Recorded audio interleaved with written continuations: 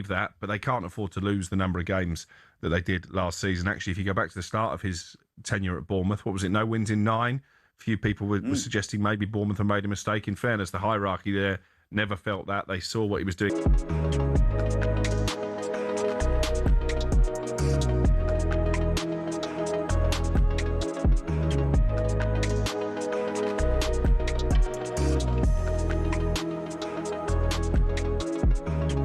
talkSPORT Sports Update, powered by the Nissan Van Range. Commercial vehicles that go the distance for your business. Search Nissan Vans or head to your local Nissan Van Centre.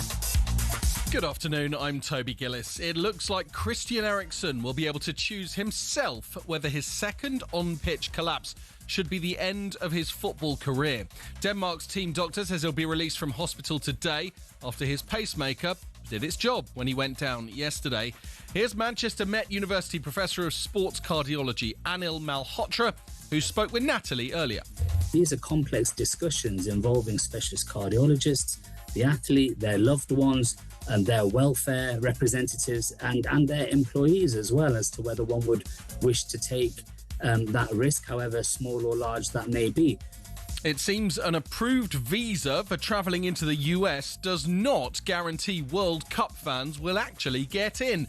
The Times is reporting that dozens of Scotland supporters have reported their ESTAs, which had initially been granted, are now being revoked with no explanation. One of them, Kenny Smith, spoke to talkSPORT this morning. I've looked at insurance, and all the insurance companies say it's up to you to get your visa. It's up to you to get your rest in place. It's, that's fine. It was in place. Now, remember Pep's Come On You Irons? Well, it's Serena Wiegmann's turn. Football's unpredictable, and of course, beforehand, everyone will think that Spain will win that game. But we have seen so many unexpected scorelines. Of course, I'm hoping for that. That's the Lionesses' boss backing Iceland to get a result, a draw or a win against Spain. If that happens, England could go back to the top of their World Cup qualifying group, meaning they'd avoid a playoff by beating Ukraine. And Declan Rice is officially England's vice-captain for the World Cup. Remember, you can hear England-Costa Rica, their final warm-up match before the tournament begins, live on talkSPORT on Wednesday. talkSPORT News.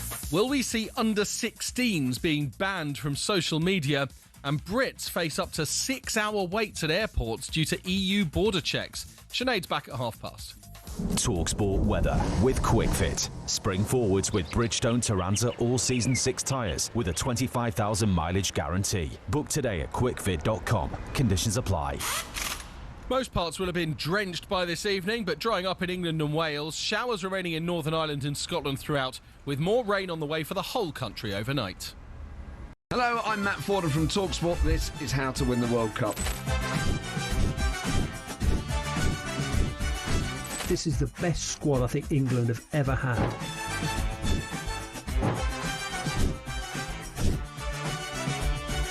He used to love America, now he doesn't. It's very sad. It was so important to succeed because of all the pressure we received. Don't jump for this one, I'm going to knock his head off. Warning, this podcast does not guarantee England will actually win anything.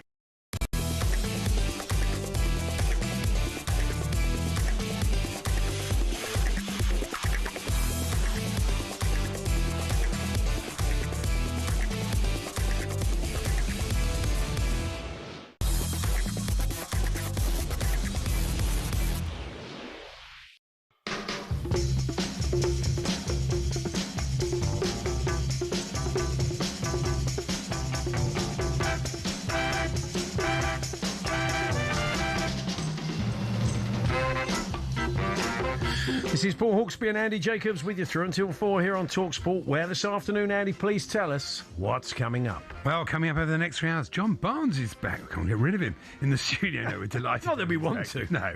This time armed with some Vindaloo pies. Yeah, beautiful. England World Cup winner Jamie Cureton joins us fresh from humbling the French. Yeah. And we'll discover why an Irish pub in Edinburgh is supporting Ivory Coast at the World Cup. Yeah, one of the many crackpot World Cup stories I'm sure we'll be covering over the next 4 or 5 weeks. We're also interested in your tales of tough love when it comes to choosing a team.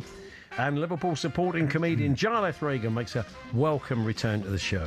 There's all this, plus we're in New York as the tournament build-up continues, and writer and actor Alex Hill once again prepares to stick a flare up his bum for England. Sticking a flare up his bum for England. Yeah. A great selfless act in the name of theatre and patriotism. It's 5 minutes past 1. Good afternoon, everyone. Good afternoon, Andy. Good afternoon, Paul. And I was at the Test match on Saturday. Yeah, you saw plenty of play, didn't you? Yeah, all of 3 balls. Oh, no. Tremendous, wasn't it? Did you get your money back on that basis? Well, how it works is my mate buys the tickets. Yeah. And I pay for lunch. Yeah, so I said to him, can you now give me half? He gets the money back for the ticket. I said, can I have my money half back for lunch? But no, it was fine. It was okay. It's just the way it goes. 3 balls. 3 balls. But were they good balls? I mean, we didn't see not really, because we decided to take an early lunch. Was that sort of 1 o'clock period? Yeah, and we missed the wickets. Right. Okay. We came back to see 3 balls, and then they went off, and they never came back. Tremendous, isn't it? Money well spent. We're walking around. It's always fun walking around Lords, and you always see somebody, but I'm walking around there. Actually, playing in the pouring rain might have improved that wicket. Wouldn't have made any difference. Yeah. And so I'm walking around Lords, and you always think, well, I'll probably see somebody I know or whatever.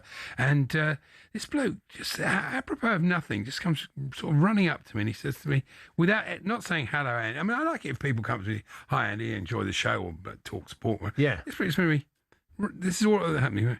What about Wesley Fofana then? Right in my face like that. I said, what?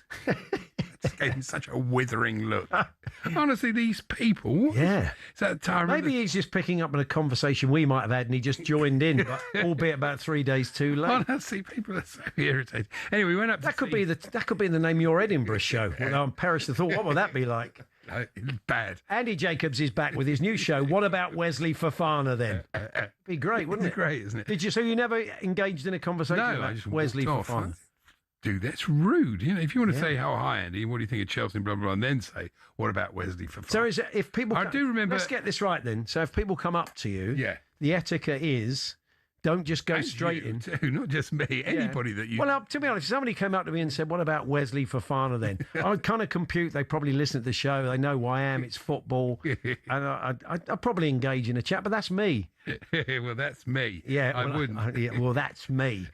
That's the title of your show the following year. Well, that's me. I do remember Dave Richards one night at Cheltenham. Yes. It reminded me of the time when he'd had a few, which was unusual for Dave at Cheltenham. He said, Yes. What are we going to do about Lamella, Paul? Yeah. Well, if he came up to me and said that, I wouldn't have a problem. No. Anyway, we went up to see John Norman, who kindly invited us. Our chief cricket correspondent. The media centre was sitting there. And Harmy was there. He comes in. He said, would you like a cup of tea? To me and my mate. Yeah. So he went and got... Harmy made you a cup of tea? Oh, that's a cup of tea. I said to him, you've never had a cup of tea brought to you by a double Ashes winner. Yeah. I'm loath to say it, but I take this... Man has brought me a scone. Really? Oh, yeah, and cream and jam. Very nice. Blimey, we're on a right freeloading day. Apart from the lunch that probably cost you £100. Yeah, it did cost me quite a lot. Famous people that made you a cup of tea. That is classic Charlie and Max, but I don't care. It's come out of nowhere. It's a fairly organic thing. Yes. Because I would imagine there's a fair few people out there who are in sort of plumbers, builders, etc., and they're going into famous people's houses. Yeah. And, they're not everybody has. That's a very good point. Yeah. Famous people who made you a cup of tea. And was it a good cup of tea? Who makes a good cup of tea amongst all the rich and famous, and who doesn't? Let's Stephen Fry's plumber on line 1. Yeah, that's it. Fantastic. I mean, we all know you have free sugars. You haven't got to tell us how many sugars you have, of course. I tell you one thing. We should say talksport.com/H&J. You can text to 81089. You can tweet to TSH&J 0371722 333. We'll include coffee. Yeah. Okay. Oh, coffee. Yeah, definitely coffee. Was it a good one? Was it instant? Did they go? Very good point. Even though they had a kind of Murrell-like coffee machine. Murrell-like. the Murrell GTI XL. Even if they had one of them, did they still get the old Nescafe out? Did they do one of those? Anyway, let us know. But bit of a word for it, and well worth catching up on the iPlayer. Yeah. Never really publicised anything on the BBC, but I really enjoyed it. Antiques Roadshow did a whole sports special. Yeah. Honestly, if you're a sports fan, you will love this. Was this last night, was it? Yeah, featuring all the sort of memorabilia that they've been shown over the years. Oh, okay. Very, very. They covered football, cricket, Wimbledon, Olympics. Right. Nigel Ray, who... Oh, yeah, from Saracens owner we've met a few times. Who has the most fantastic collection of sporting memorabilia in the world. He came on with Nobby Star's shirt. What about that? Well worth watching. It was really Okay, good. I watched Saipan last night. I hadn't got around to watching it till last night. Have you seen it? No. It's good. It is good. You like Cy Saunders? Yeah, no, it's a good. The old ones. There's some very good performances in there. I'm not sure Mick McCarthy would be massively pleased with the way he's portrayed in the film. He does come across as pretty hapless, which in our dealings with Mick has not generally been the case. I remember when he came in, he brought a book out, didn't he, about 3 years after what happened in Saipan with Roy Keane. In case you don't know what Saipan is, it was like 2002. It's when Roy Keane wasn't happy with the setup for the Republic of Ireland team before they headed off to the World Cup in Japan. He didn't think the training facilities were up. No, I mean, and through an absolute wobbly. And there's a bit of artistic license gone into it, understandably. But as I said, the performances are good, and it's well worth checking out. I'm trying to get myself in the mood. I've not watched the England's Golden Generation. There's a few things I want to get into. I'm definitely I've not watched the French doc yet about the French team 2010 when it all imploded. So... bit of viewing before the football. Did you watch the game Saturday night? Yeah. I was at a friend's 60th birthday party, but I saw the second half some of the second half when I got in, and I watched the highlights. Yeah, I mean, you don't learn a lot from them. No, it was good. No one got injured. They won the game, and they got some more acclimatisation. But I do think, honestly, my case for a Winter World Cup is going to be very strong by the end of this tournament. Right. 3-minute hydration breaks. They just ruin the flow of the game. They're just not. They're necessary. You've got to have them, but it's not going to help the football. It was a little piece in Sunday Times yesterday talking about this, and it's quite interesting. It's what in basketball they talked a little bit about ATOs, how team responds in ATOs after timeouts. It's a phrase that the Sunday Times was saying yesterday. Isn't particularly alive. It's a bit like a fall of the wicket after drinks. Yeah, I was thinking that. So will there be a goal after a drink? You've got to pick it up again, and there are some teams that they actually use it as a stat. These ATO stats, and so we're going to have to use it in football because you have a little 3-minute break. Yeah, and you've got to pick up the pace again. And there will be times in games. We often say. They would have been happier if the half time had not come. Oh yeah. We're going to have that around drinks breaks as well. You're on the front foot. You're playing well. You're maybe pushing for a goal or an equaliser. Suddenly, the ref blows a whistle halfway through, and you all troll over there and maybe lose a bit of momentum. No, definitely. Yeah. And the pitch on Saturday night was terrible. It was almost as bad as the one at Lord's. Oh yeah. Talking of which, God bless him. The MCC chairman Mark Nicholas is going to front up and have a chat with us a little bit later on. There was a real mea culpa from the MCC apologising for the state of that pitch. Our own Steve Harmison had his say on it. Ben Stokes, the England captain, did as well. Yeah, look, it wasn't great. So we'll be chatting to Mark Nicholas a bit later on. In a break from the football, England have already won the World Cup, so I think it's pretty safe for Thomas Tuchel and the lads to come back. Jamie Cureton, formerly of Bristol Rovers and Reading, was front and centre of that fine win. England seniors, this is, of course, and they beat France 4-0 at the weekend over in Thailand to win the World Cup. Jamie's getting off a plane I think about an hour ago, and he's going to join us for a chat, talk us through it. Some of the other boys are involved and how the competition worked. But it's good. It's a good omen, I think, isn't it? That England have gone and won the World Cup. Oh, yeah. And you'll be delighted to know that Christian Romero played for 30 minutes in Argentina's warm-up game. Yeah. I kind of expected it. Talking of Christians, it's a great relief to see that Christian Eriksen is okay from what everybody said, because that was horrible to hear last night. But it was very quickly established that he was on his feet and doing okay. Well, that is great news. So we'll kick off, though, chatting to Andy Brassel. There's some stuff going on around Europe, not World Cup related directly, but we are going to talk about one of the favourites for the tournament, and it's a team and a nation that Andy watches a lot of, so he can give us some insight into that. We'll also, as we said, joined by Mark Nicholas, Jamie Cureton. John Barnes is back. He popped in last week. He's coming today with chicken and vindaloo pies, he's promising. And we'll get his take on England, New Zealand at the weekend. And as we said, a fantastic story of a pub in Edinburgh, an Irish pub in Edinburgh, who will be supporting Ivory Coast for the World Cup. And we'll be chatting to the landlord of that pub a bit later on. So talksport.com/H&J, text to 81089, tweet to TSH&J, 03717 22 3344. Harmy made a cup of tea for Andy Jacobs the other day. Double Ashes winner. So the stars who made you a cup of tea. Sorry, it's classic Baker, but what you going to do? get in touch this afternoon. We're here with our very good friends at Toolstation. Join the Toolstation Trade Club. You'll get 10% off all electrical and lighting products when you buy cable and flexes. First stop, Toolstation.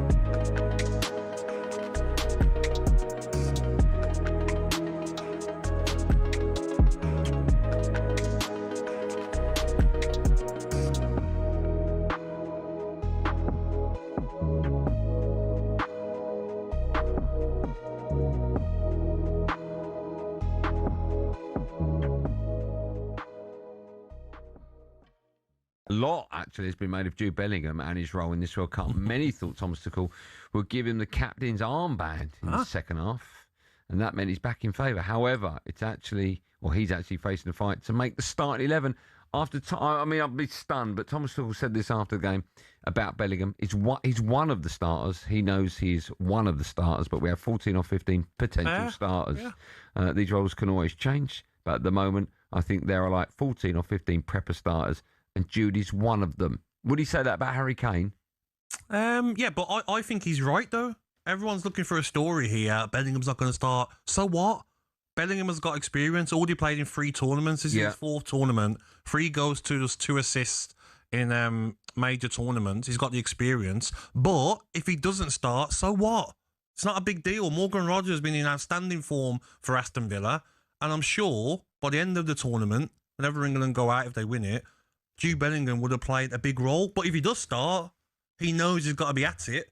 Because you've got someone like Rodgers and Eze who are there to try and take your spot. You say it's not a big deal, and I agree, it's not a big deal. Not for me. But you want your best player starting, and I would say Jude Bellingham's better than Morgan Rogers. Of course, yeah. What happened there? Different players for me. I like Jude Bellingham, but I love the way Morgan Rogers. He's running better. If you're going to pick one in out of 10. Hello, I'm Matt Forden from talkSPORT. This is How to Win the World Cup. This is the best squad I think England have ever had.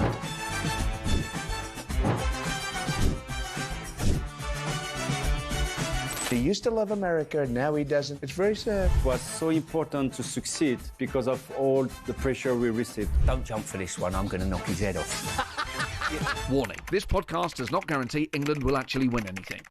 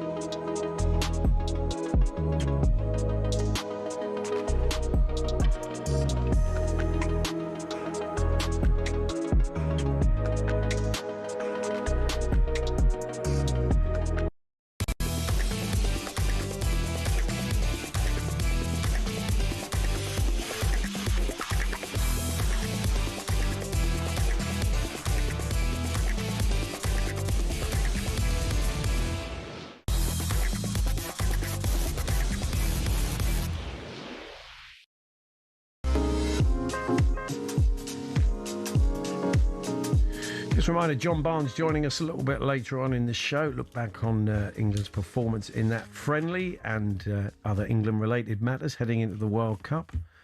As we were just saying, there's some worrying news last night about Christian Eriksen, but thankfully all the subsequent news has been far more positive, so that is good to hear. Andros Townsend, his former teammate, was on breakfast with Andy Goldstein and Gabby Bon-Lahore this morning and had this to say.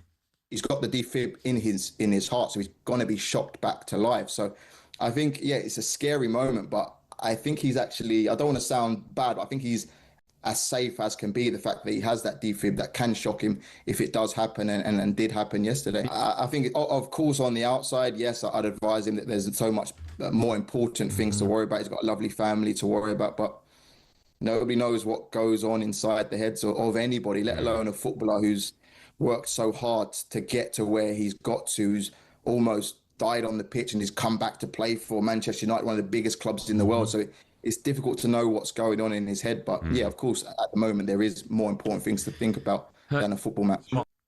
Andros Townsend there on breakfast this morning. And remember talking to James Taylor when his book came out, the former England batsman and selector, had talking about those moments when suddenly it does kind of jolt into rhythm again. And it is a bit of a shock to the system. You know, he's telling us about that. Here to chat about that more, Andy Brassel, European football expert. Good afternoon, Andy. Afternoon, fellas. Yeah, just a great relief that all the subsequent news on Christian Eriksen is positive, Andy. Yeah, because it was a really scary moment. There's no doubt about that. Bringing, I guess, back a lot of memories of what happened in 2021 during the Euros. But really the reactions of the players, his teammates, who thought that he was in serious trouble. There was no way the game was carrying on after that. And it's interesting, and a lot of the press coverage in Denmark, there's been advice from child psychologists on how parents should explain it to their children who are watching, how people should deal with like going through this national trauma all over again, really. So there's been this sort of holistic side to the aftermath of it. Look, we don't know for the moment whether Christian Eriksen is going to come back into the squad or anything like that. Like Andros Townsend was saying before, that's really not that important at the moment. But what we do know is that the Danish FA have released a statement this morning saying he's back home with his family. He's going back home with his family, and that they're in constant contact with him as they would be with any other player, because there's full pastoral care for everyone in the squad. Yeah, we wish him well. Florentino Perez won re-election as president of Real Madrid, as we fully expected. Denzel Dumfries, Ibrahim Konate are the players he's bringing in. He's promised this £150 million superstar. If it's Michael Elise, he had in question, I think Bayern Munich have already told him to do one. Look, there's a little difference, I think, in the wording. If we go back to 2000, when he was first elected president, remember when he was second favourite? He was in a similar position to Enrique Riquelme, who obviously came out last week and said, with several caveats, that he'd be signing Erling Haaland if he became Real Madrid president. Several caveats. But the difference was, going back to 2000, is that Florentino Perez was a real disruptor. He had an agreement with Luis Figo's agent. What he actually said last week is not even, I'm going to bring a €150 million star on the Cristiano Ronaldo Kaká level. And already when he's making parallels with players he signed in 2009, it does make me think that he's slightly not attuned to what football is in 2026. He said, I'm going to make a bid. And no one seems to have picked up on that bit. He just said, I'm going to make a bid. That's not guaranteeing bringing the best players to Real Madrid, or saying I've got an agreement or anything like that. It's saying I'm going to shoot for the moon, and might make it, might not.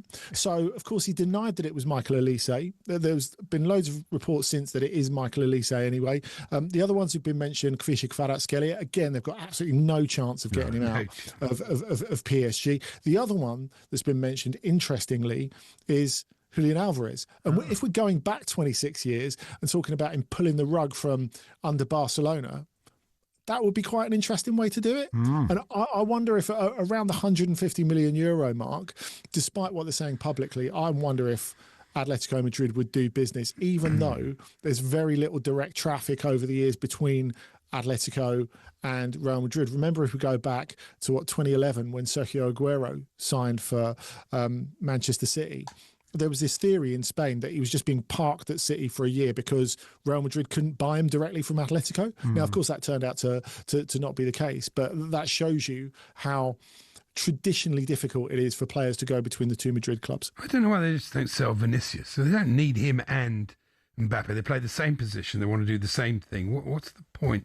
He's not happy. It's not a question of position. It's a question of ego, really, with those two. And everything really has fallen through the floor for Real Madrid since they've bought Kylian Mbappe in. Look, I know because of what's happened with PSG over the last couple of years, there's this narrative of, you take Kylian Mbappe away, everything's perfect, and you put him in another team and everything falls through the floor. Well, it's not really like that. It's way more complicated than that.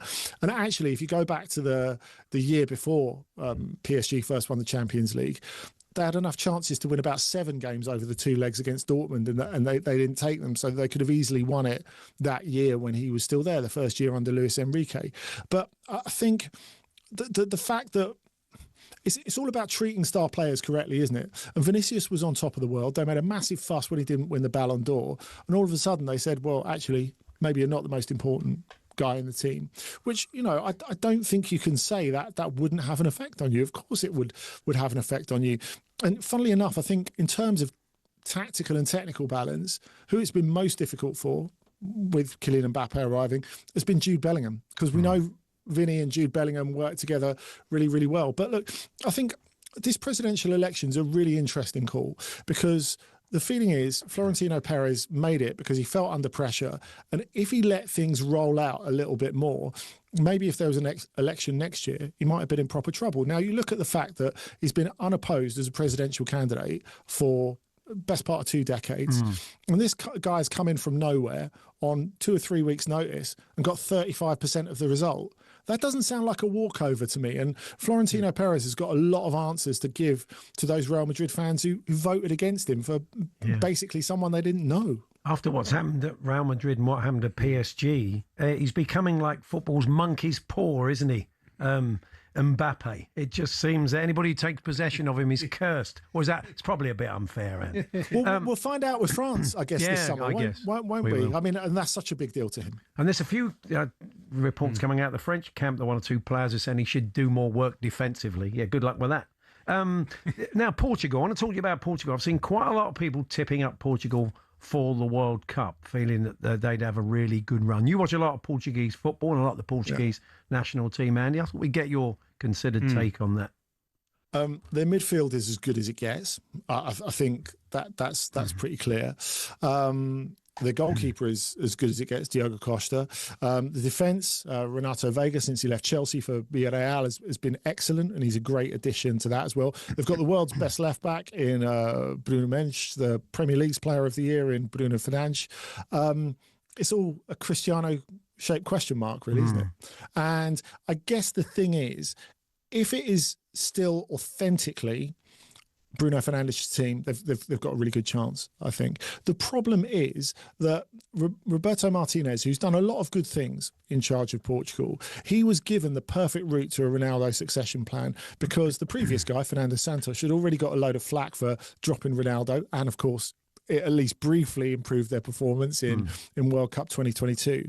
And he didn't follow that through with the way he lent so heavily on him in Euro 2024. Now, look, we know that if Ronaldo gets chances, then great. He can still put the ball in the back of the net. The problem is, I think one of the problems is the fact that Gonçalo Ramos has just been riding the bench for PSG for the last 2 years. So there's not really an obvious alternative at centre forward. And Rafael Leao as well at Milan, who we've seen play at centre forward for Milan as well as wide on the left. He's not developed over the last couple of years. Look, he's someone who's on the block in this transfer market this summer. €175 million buyout clause. They're not getting half that for him, Milan. There's no question. It's a perennial thing with Portugal, isn't it? It's like they used to say about Brazil goalkeepers, Portugal strikers. They never quite get them right. I mean, Cristiano would argue with that, but essentially that's been true over the years, isn't it?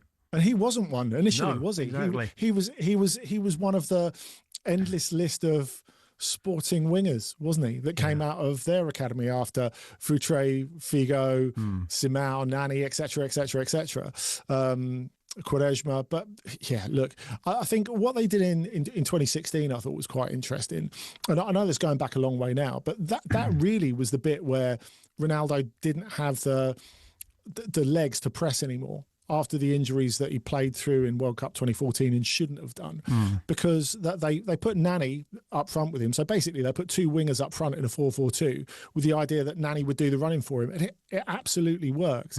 I guess the thing is, you look at how this Portugal team is stacked with mainly good forward players, and they can't play like they played in 2016. If you're talking about them as a candidate to win the thing, I think that's the major doubt. Just a quick, we've got 30 seconds on Robin van Persie. He's been sacked by Feyenoord. Reputationally damaging to him. Was it not his fault? Just briefly, if you can tell us what you make of that, Andy. It was coming, Paul. There's no doubt about it. It's been a very unhappy camp this season. He's fallen out with a lot of players, board members. They did do the bare minimum in getting to the Champions League. But as soon as the new general manager and sporting director came in last week, they said, we're going to consider our options. As soon as they didn't back him unequivocally, you knew he was going. We'll catch up with you soon, Andy. Pleasure as always. Thanks a lot. Look forward to it. Thank you, guys. Andy Brassel, I'm sure we'll be catching up with him throughout the World Cup. Just a reminder, we're going to be coming to you from this Thursday, first day of the World Cup, of course, from 10 a.m. till 1 p.m. So 10 a.m. start, switching with Jim and Simon for the duration of the tournament. And we're going to need your help. We'll tell you a bit more about that later on in the show, because we're working on the basis that many of the people we need help from will now be in bed. That's a good point. We'll explain more a little bit later on. But Mark Nicholas joins us next, chairman of the MCC, to tell us a little bit about that pitch and his thoughts on it after a tough old truncated test between England and New Zealand.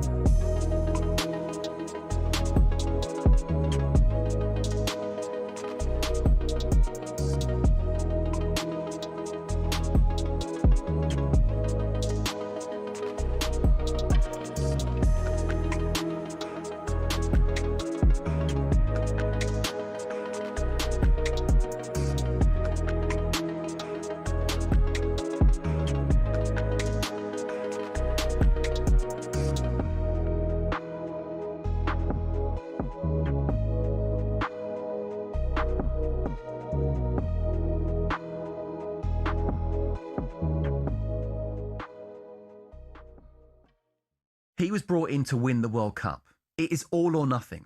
You either win the World Cup or you don't.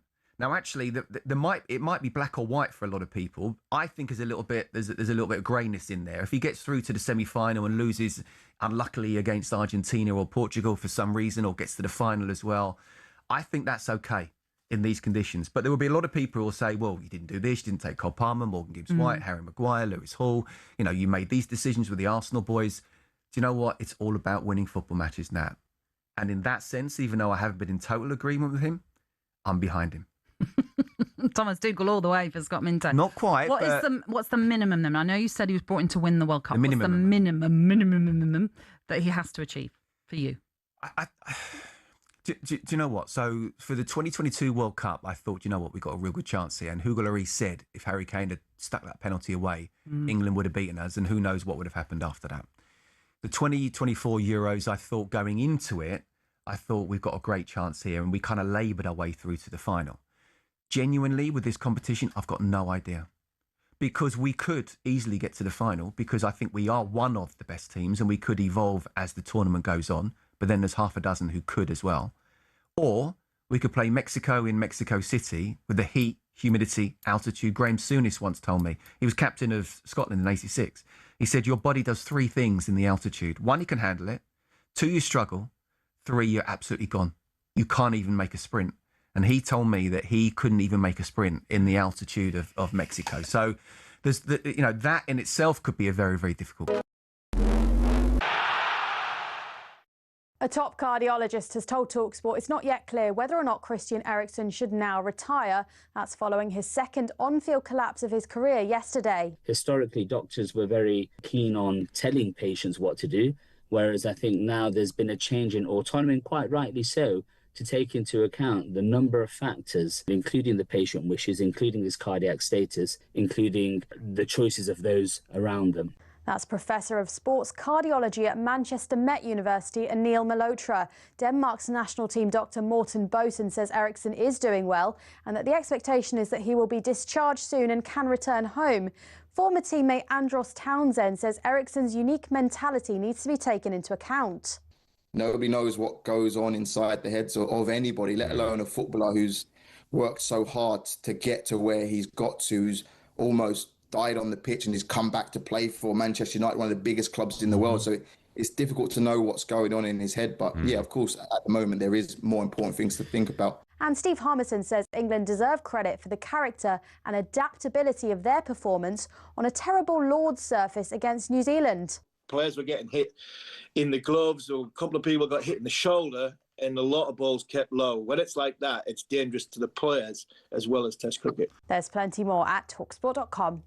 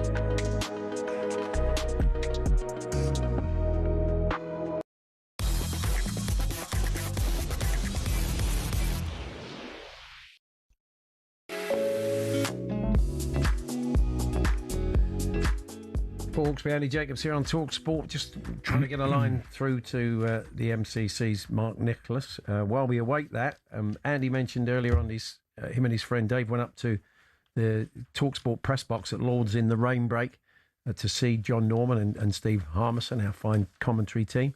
And Harmy made them a cup of tea. Not often you get a cup of tea made by a Double Ashes winner. Right. Famous people made you a cup of tea, of course, was the upshot of that. David Ginola made me a cup of tea at Aston Villa's training ground, says Dale. Was a lifelong Spurs fan. It was a surreal moment. And this is a pretty good one from John, currently in Akrotiri. Prince Harry made me a cup of tea in Afghan. Well, he was an Apache pilot and I was there as a Lynx engineer. That's good. What about that? Thank you very much, John. None of these people have given us the quality of the tea. Was it a good tea or a bad tea? Does Prince Harry make a good cup of tea? I'd imagine he would. Over 20 years ago, based on what? I imagine he would. Well, on what basis? I'll tell you on what basis. He spent most of his life having cups of tea made for him. How much effort has he put into perfecting it? But he's probably been to tea plantations as a guest and shown how it all works. So he has a deeper understanding. Andy, that's rubbish. He leaves. Of all the stupid things you've said over the years, that's up there. Over 20 years ago, Dion Dublin made me a cup of tea in the house he was renovating in Stratford. Now, that wouldn't have been a good cup of tea. I was decorating. Can't remember the quality, says Mark. I knew that you'd get quite a lot of those. Nick Mason from Pink Floyd made me a cup of tea while I was working on his house, says... that's nice. Again, no mark of the quality. I was decorating at the horse trainer Tony Carroll's house, and he had an amazing coffee machine, says Dan, but no evidence of whether he made you a cup of coffee using that. Rob Lee's mum once made me a coffee while I fixed her vacuum cleaner. That's a great... Mike and Canby. Good claim to fame. That is a great claim to fame. Well done. Yeah. We can keep those coming. talksport.com/H&J. Text to 81089, tweet to TSH&J. Anything you want to talk about, Andy? Yeah, it's very interesting that, 20 years ago, we had the Baden-Baden WAG situation. Baden-Baden? WAG, led by Posh and Colleen Rooney and all those, and the press. That would have been a great name for a band on John Peel, wouldn't it? Tonight's session from the Baden-Baden WAG situation.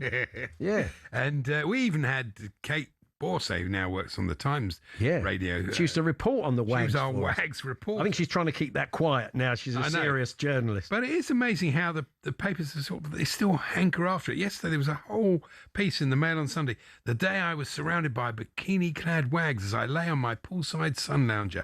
And what really went on at the Baden? Who cares? It was 20 years ago. Honestly. It's desperate. It's been in the news because of that Golden Generation documentary features it. So I think it's back back in the ether. And then the Star today, they said, England wags can splurge more than £1,000 on a bottle of booze during their World Cup knees up. Yeah. High-end Kansas City restaurants like Lazia. You can spend that on a beer in the stadiums. You can. Offer Michelob Light will cost you 15 quid. quid. This one's cheaper than a ticket to the match. Offer a eye-watering £1,126 bottle of red wine, a Vietti Valero Reserva, and what a player he was. Yeah, good player. And Harry tried to bring him in. He did. Yeah. And it says, they sort of mention their names and everything, and they could possibly do this, but they're not going to, are they? They are. They're not going to let you know about it. Do you want some good World Cup news, Andy? Yes, please. Vuvuzelas have been banned from every stadium at the 2026 World Cup. Although where you get your hands on a Vuvuzela, of course, they were those horns that were one-note horns that were, which is what I often call Andy, that were used at the 2010 World Cup. One joke horn. Yeah. Hold on. But I've got... What you got there? I'm looking for something that was a mention of Vuvuzelas in this piece about watching... Well, I'm going to play you some... Okay, go on. The Vuvuzela, because it was a terrible thing, it just plays one note. And so I went in search of anybody who's ever tried to get music out of it. And the only people I could really find were these people called the Vuvuzela Chromatic Orchestra. Oh, let's have a listen. This is some of their work. You'd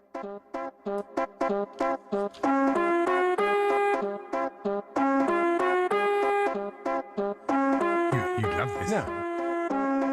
Yeah. See, the only way that worked is that they had to basically sample it and play different notes. Because you can't play a Vuvuzela like that. It would have been...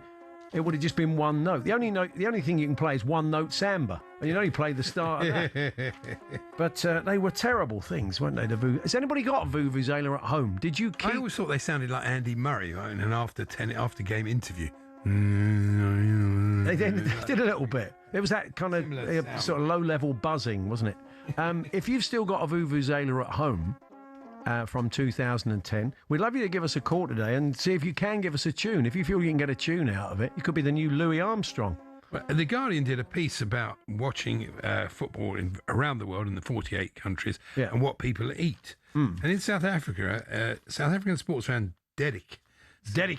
Watching soccer is really quiet. Lots of shouting, singing, and a vuvuzela or two. So they still exist. Oh, wow. Steak, chops, boerewors, coiled sausage, and chicken. Okay. On a braai. You're not going to do the voice then? No. So, if you... I go through all 48 countries, I'll do that. No, don't do that, Andy. Don't do that. Be like having the skipper back, David English, God rest his soul. Cancelled on the eve of the tournament. Yeah, Andy Jacob, he decided to do all of the accents of all of the countries, and we never saw Andy again. He was ushered out of the studio at 1:45. Dance was ushered in, and then we never saw Andy or spoke of him again.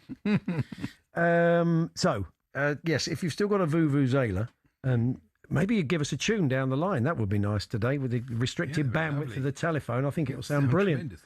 So people must have brought them back from South Africa. Yeah, well, they sold them over here. You could buy them in the supermarkets, couldn't you?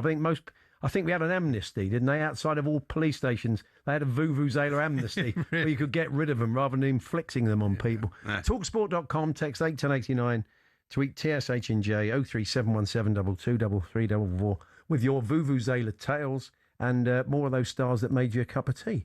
Johnny Wilkinson made me a cup of tea every 2 weeks when I used to do his garden, says AJ. I take that's not Anthony Joshua. What else have we got?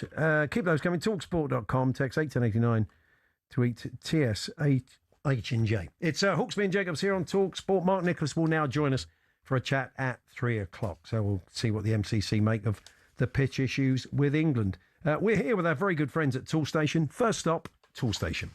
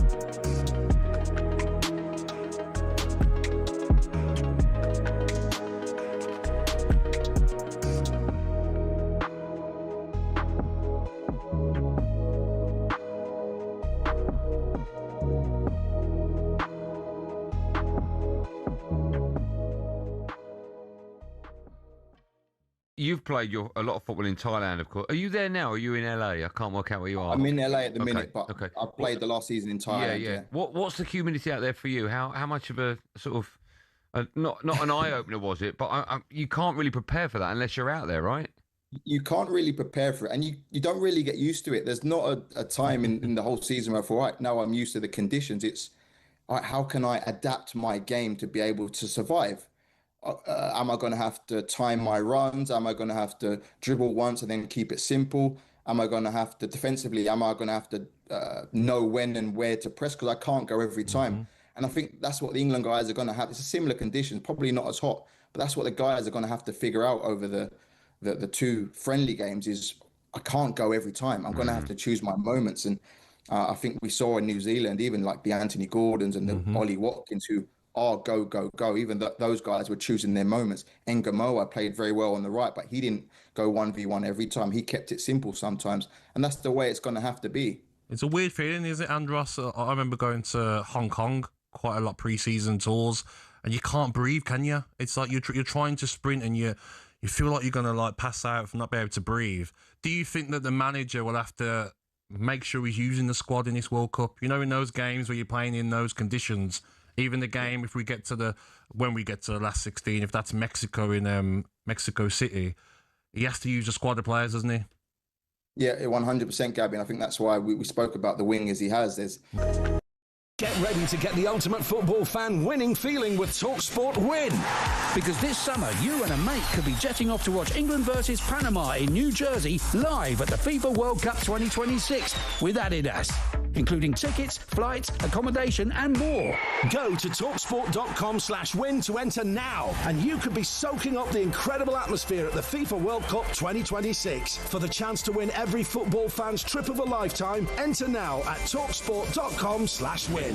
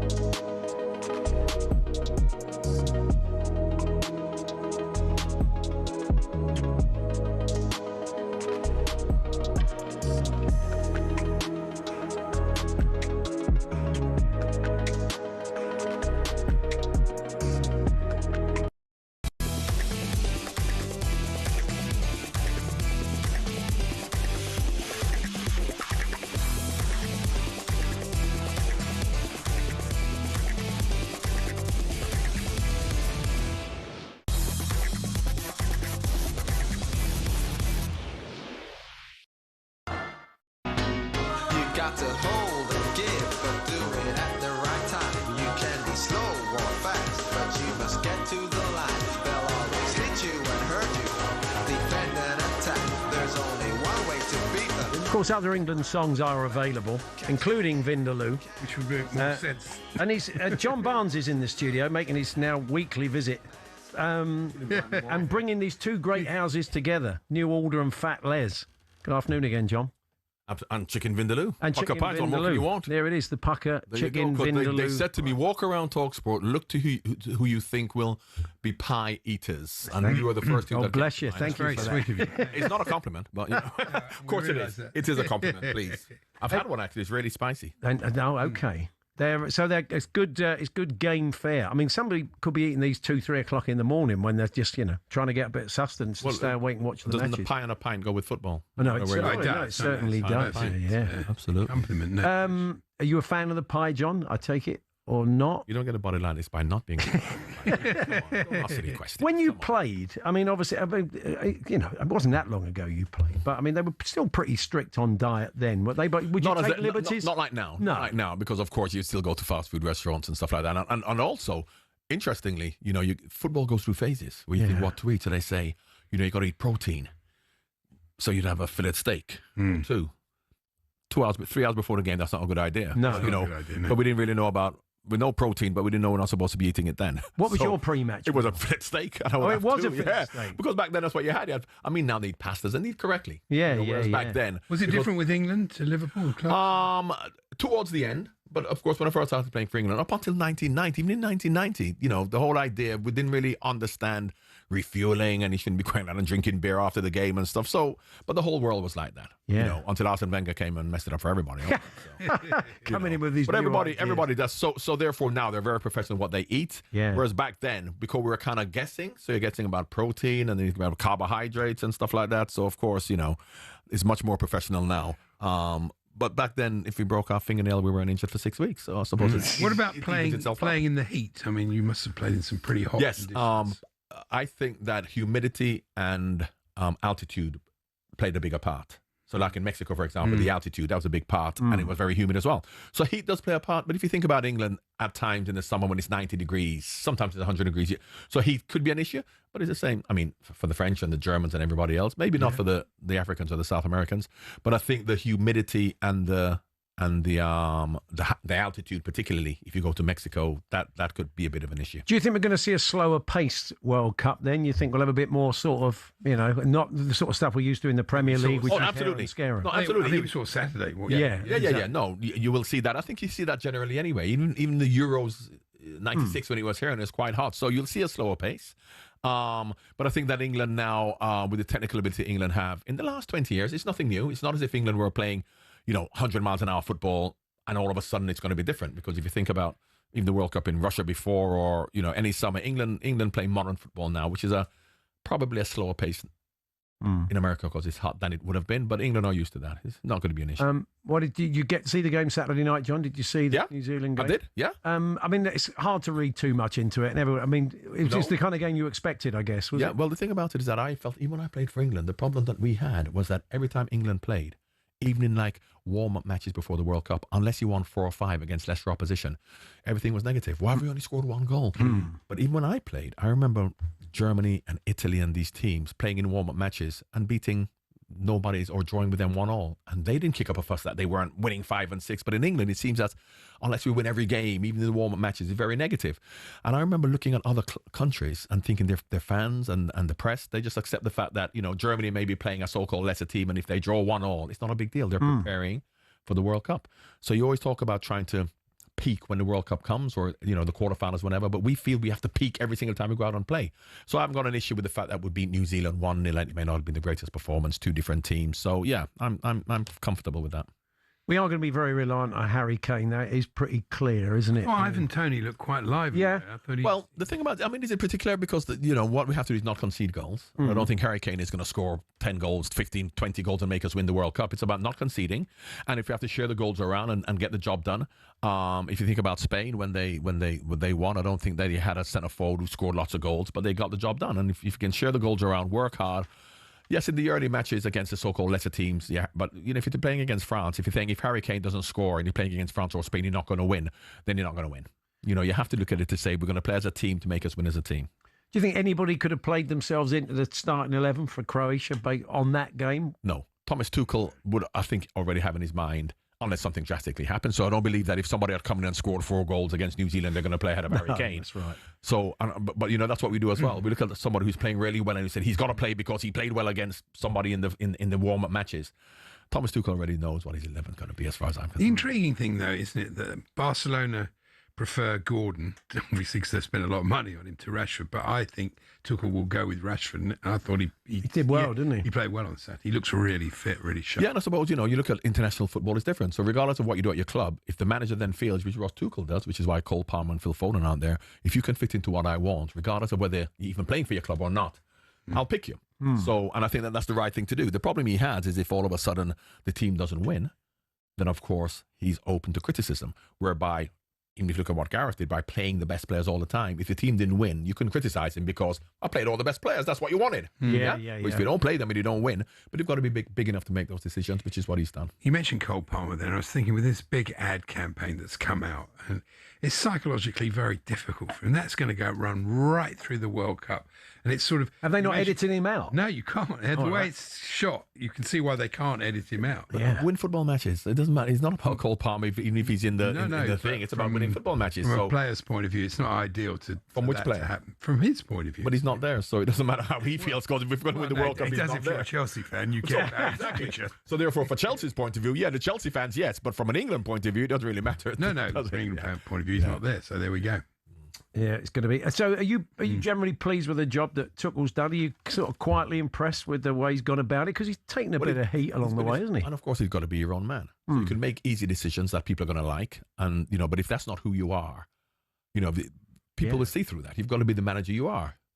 So if you're not that kind of a manager, then why pretend you are and do something that you're not comfortable doing? You have to be who you are, and he's very combative. He's the most important person, and the team's the most important thing, regardless of the individuals. So if he has to take Harry Kane off, he'll take him off. Yeah. But you've got to be big enough to do that. Yeah. So I like him.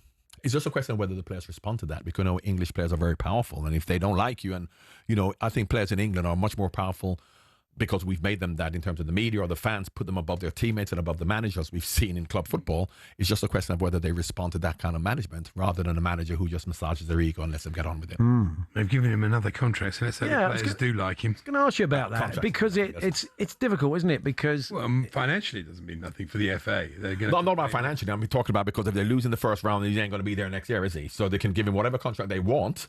If you don't go through the group stages, you're not going to be there. So contracts are one thing, but actually, staying there to the end really depends on success. I mean, we saw that in 2014 Brazil under Roy Hodgson. That was a disastrous campaign, and we didn't get out the group. But I mean, it's almost impossible not to get out the group in this framework, in this tournament now. But it's not almost impossible at all. It's football. It's football. And they talk about two going through. Croatia are a good team, and they're talking about maybe Panama being the weakest side. And Ghana aren't going to be easy in this heat. So yes, we should get out. But then to go into the... It's okay for us to say that, and the fans, but the team cannot approach this World Cup thinking we're going to go out to the, so we should get out of the group. Don't get me wrong, but let's play the game. Imagine going into the Panama game needing something. That's not going to be a lot of fun. No, the thing is with these groups, I mean, if you look at Scotland's group, they're expected to beat Haiti. All the other teams in the group are expected to beat Haiti. So it then becomes how many goals you beat them by. Compared to the other games, it's a very, very important game. Nobody can afford to lose to them, which is not underestimating because they beat New Zealand. They might be all right. I've never seen them play.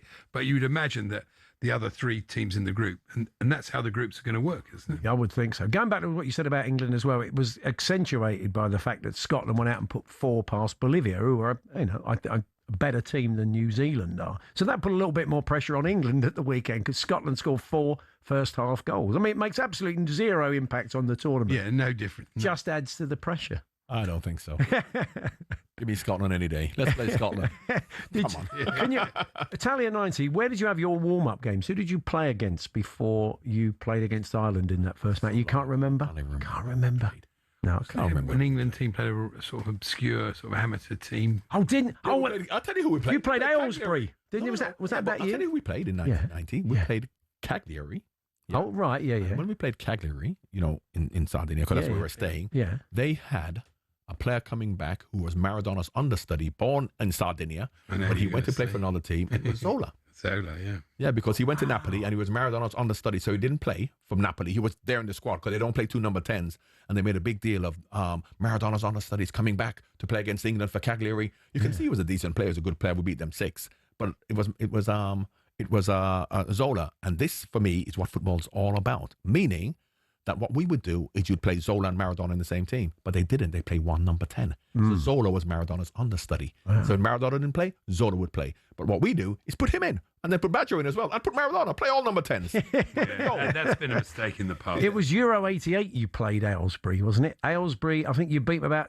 Cliff Hercules. Well, I think that lulled us into a false sense of security. Because after beating Aylesbury, we thought it'd be easy playing against Russia and Holland, and we got lost every game. There was one red flag where big Cliff Hercules, about 8'6", a non-league legend, turned Tony Adams like he wasn't there and cracked it in the net. So the omens weren't good, basically. Well, Van Basten just copied him, didn't he? He did. Van Basten watched a lot of Cliff Hercules tapes before that tournament, definitely. John Barnes is with us. We're going to talk about wingers in a minute, something he knows a little bit about. David Moyes saying some interesting stuff yesterday, and we'll get John's take on that.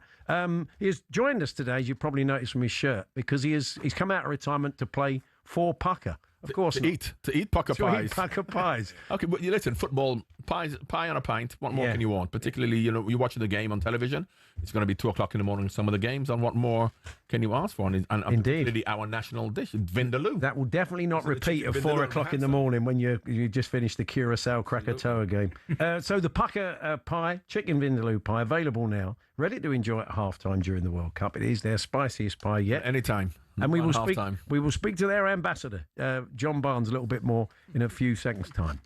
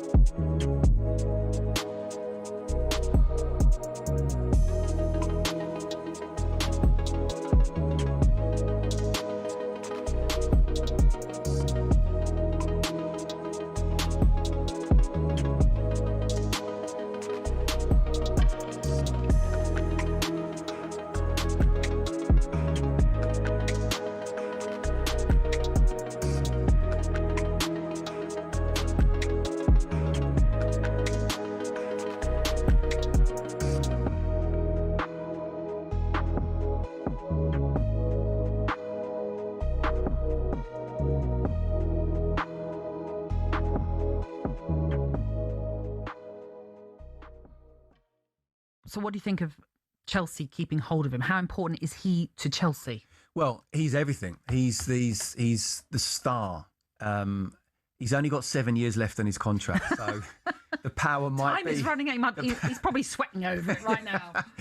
The power might be with the owners, but actually it's not fully with the owners, because if you've got a player who so desperately wants to get out, that's a toxic situation to be in. Now, hopefully the owners will have made that statement with Xabi Alonso, and then will make more statements with the players that they bring in. So not just to Cole Palmer, but to Marc Cucurella. You have to say he's one of the best left backs in the world. You have to, as annoying as he might be, and I get it, even coming from a Chelsea angle, you want him in your side, not against you. You do. Enzo Fernandez, one of the cleverest, technically brilliant players, because he's not quick, but the way his first touch, his second touch, his pass awareness, and he gets into the box. You know that Chelsea number 8, who someone else used to do that back in the day. He's not quite as good as Frank, but he can do it. This is an absolutely key summer for Chelsea in terms of not just trying to bring those good players in now to challenge for the Premier League and Champions League, but actually not lose your best players that you've got already. They finished 10th, as you have mentioned already, a season way below standards for Chelsea. I mean, what will be the minimum then, do you think, that Xabi Alonso has to bring to Chelsea this season? Because we do know that Chelsea managers don't last very long, but at some point they're going to have to stick with someone, surely. Yeah. I mean, look, when they brought Graham Potter in, I think they put him on a 5-year contract. I think their idea...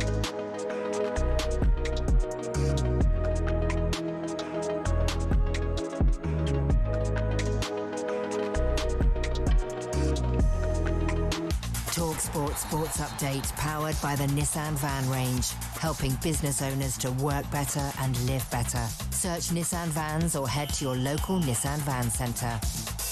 Good afternoon, I'm Toby Gillis. Is a scandal brewing over football fans who thought they were heading to the World Cup, having previously approved visas cancelled? A number of Scotland supporters say that's what's happened to them. Kenny Smith has spent nearly 20 grand on his trip to the US, but told talkSPORT his visa's now been cancelled and he isn't sure if he can get a new one in time. I really don't know. I mean, I asked my local MP and John Swinney on Friday to help me out here, and I don't know if they can do anything. I don't know if anyone can help, but right now it's not looking good. It seems Christian Eriksen's future as a professional footballer will be down to him. His second on-pitch collapse has led to speculation he may retire, but experts say the success of the device that re-regulated his heart yesterday suggests he could continue if he wishes to. Professor of Sports Cardiology at Manchester Met University, Anil Malhotra, told talkSPORT Eriksen must consider that he appears to be in the minority of people where being on a pitch makes this more likely. Exercise is obviously very good for you. It's one of the best things you can do. But in a small number of individuals with certain underlying heart conditions, intense exercise can sometimes increase the likelihood of abnormal heart rhythms. Sarina Wiegman has had her Pep Guardiola come on you Irons moment as she admits she's hoping for a huge favour from Iceland tomorrow. England need them to take points from Spain as well as to beat Ukraine themselves to top their World Cup qualifying group. Anything less and it's a playoff to get to the finals. And former England captain David Gower says Jofra Archer does not merit inclusion in the team for the second test with New Zealand next week. He's told talkSPORT he was too impressed with the attack at Lords to make changes. I mean, they all bowl well. They also, and it makes Ollie Robinson look like the finest bowler ever to play Test cricket. And likewise, Atkinson, another five-for. Tongue bowled beautifully. There's more on the talkSPORT Cricket YouTube channel. talkSPORT News. The Prime Minister has issued an ultimatum to tech firms, and Donald Trump has told Iran and Israel to stop the fighting. Sinead's got more at past. talkSPORT weather with QuickFit. Store your new tyres this spring at a time that suits you best from the comfort of your home or work 7 days a week with our mobile tyre fitting service. Conditions apply. Most parts of the country will have been drenched by this evening, but drying up in England and Wales. Showers remaining in Northern Ireland and Scotland throughout, with more rain on the way for the whole country overnight. Get ready.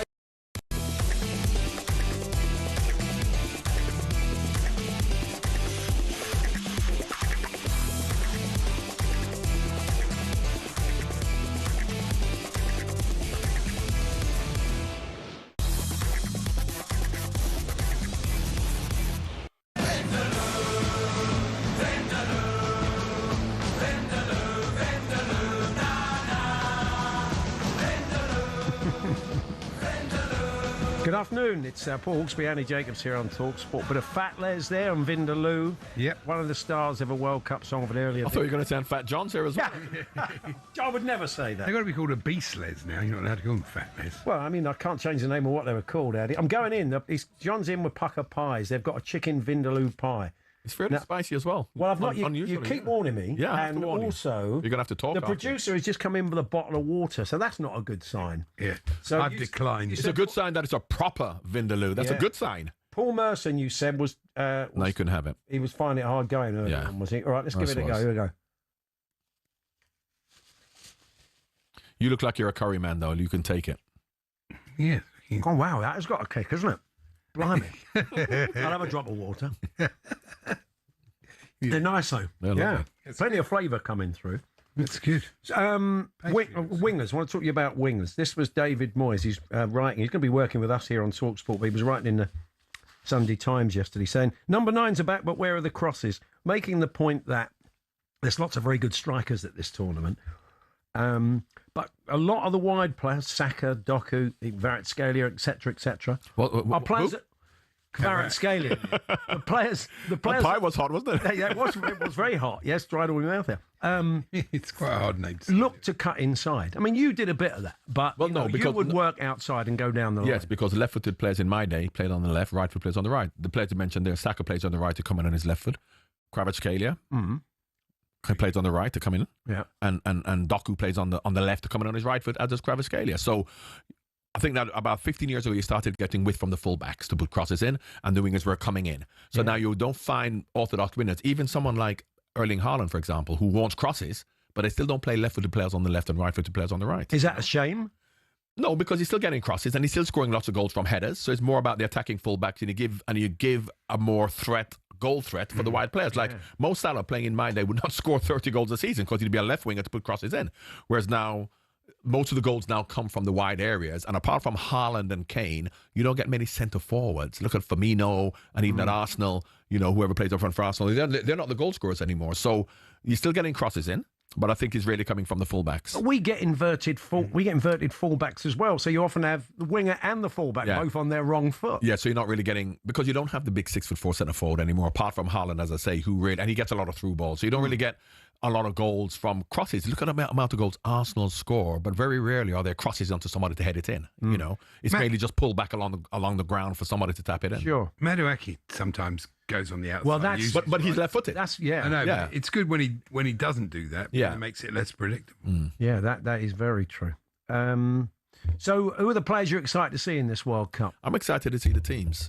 I've always spoke about, and I use Paris Saint-Germain, I've done here as an example about when they had Messi, Neymar and Mbappe, great players and excited players. But look at Paris Saint-Germain now as a team. And that is why Thomas Tuchel has picked this team, without the flair players, if you like. And I'm not saying flair has to go out of it, but it's more about what the team does now.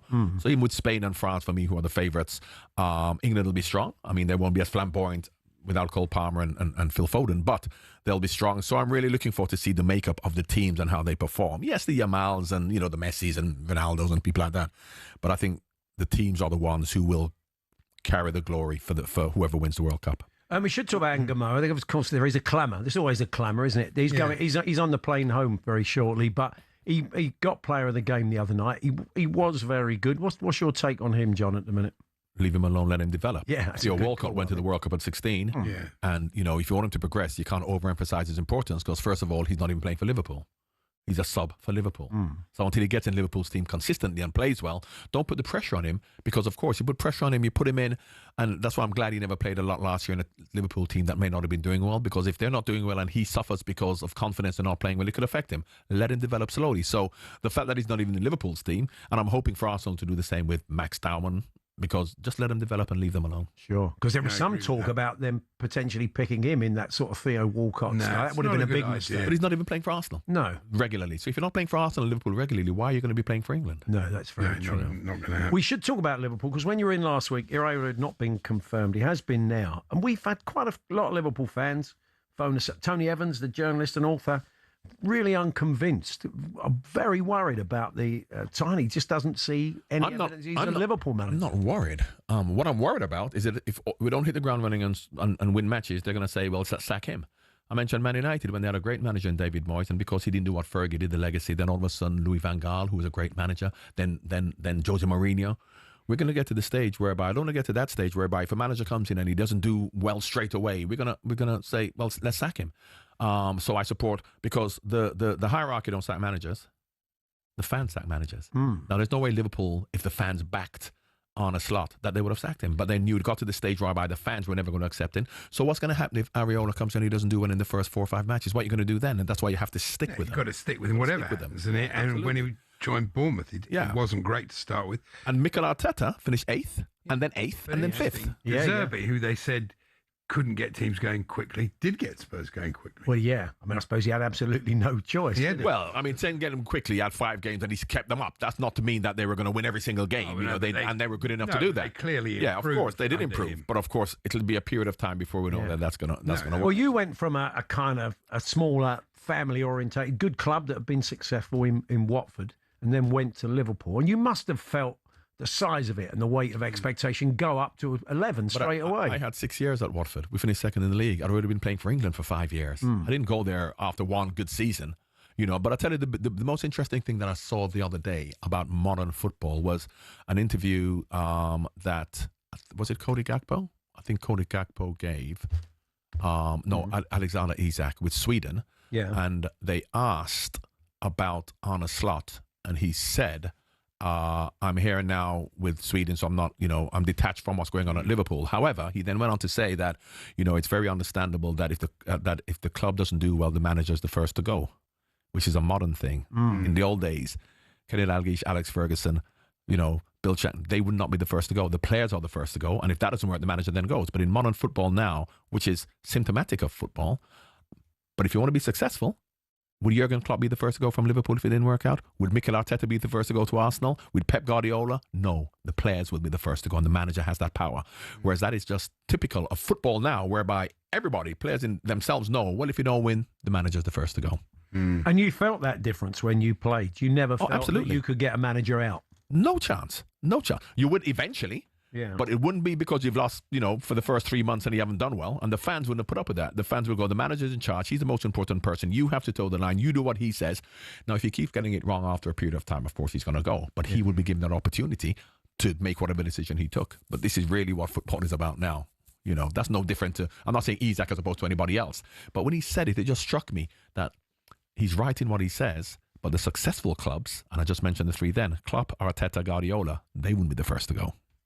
Interesting. Yeah. We're going to let you go because you've got more pies to eat. More pies to eat and more people to tell about Pucker Pie's new chicken vindaloo, which I tried a bit of, and they are spicy, I can confirm that. John's also on the latest episode of How to Win the World Cup with Matt Ford and Jacob Hawley. That's available wherever you get your podcasts and on the talkSPORT World Cup YouTube channel. Well, we'll see you next week then, John. On yeah, this with basis. more pies. Thanks, guys. Thanks for popping in. John Barnes there. It's Paul Hawksbee and Andy Jacobs here on talkSPORT. Still to come, Jamie Curran joins us. He's won the World Cup, the England Seniors World Cup, and we'll be in New York with journalist Will Pugh. We'll look at all the big transfer stories of the day, including Elliot Anderson to City, which seems to be hotting up. And friend of the show, comedian, Liverpool fan, Jarlath Reagan, joins us for a bit of a chat as well. We're here, as always, with our good friends at Tool Station. Only got time for one stop. First stop, Tool Station.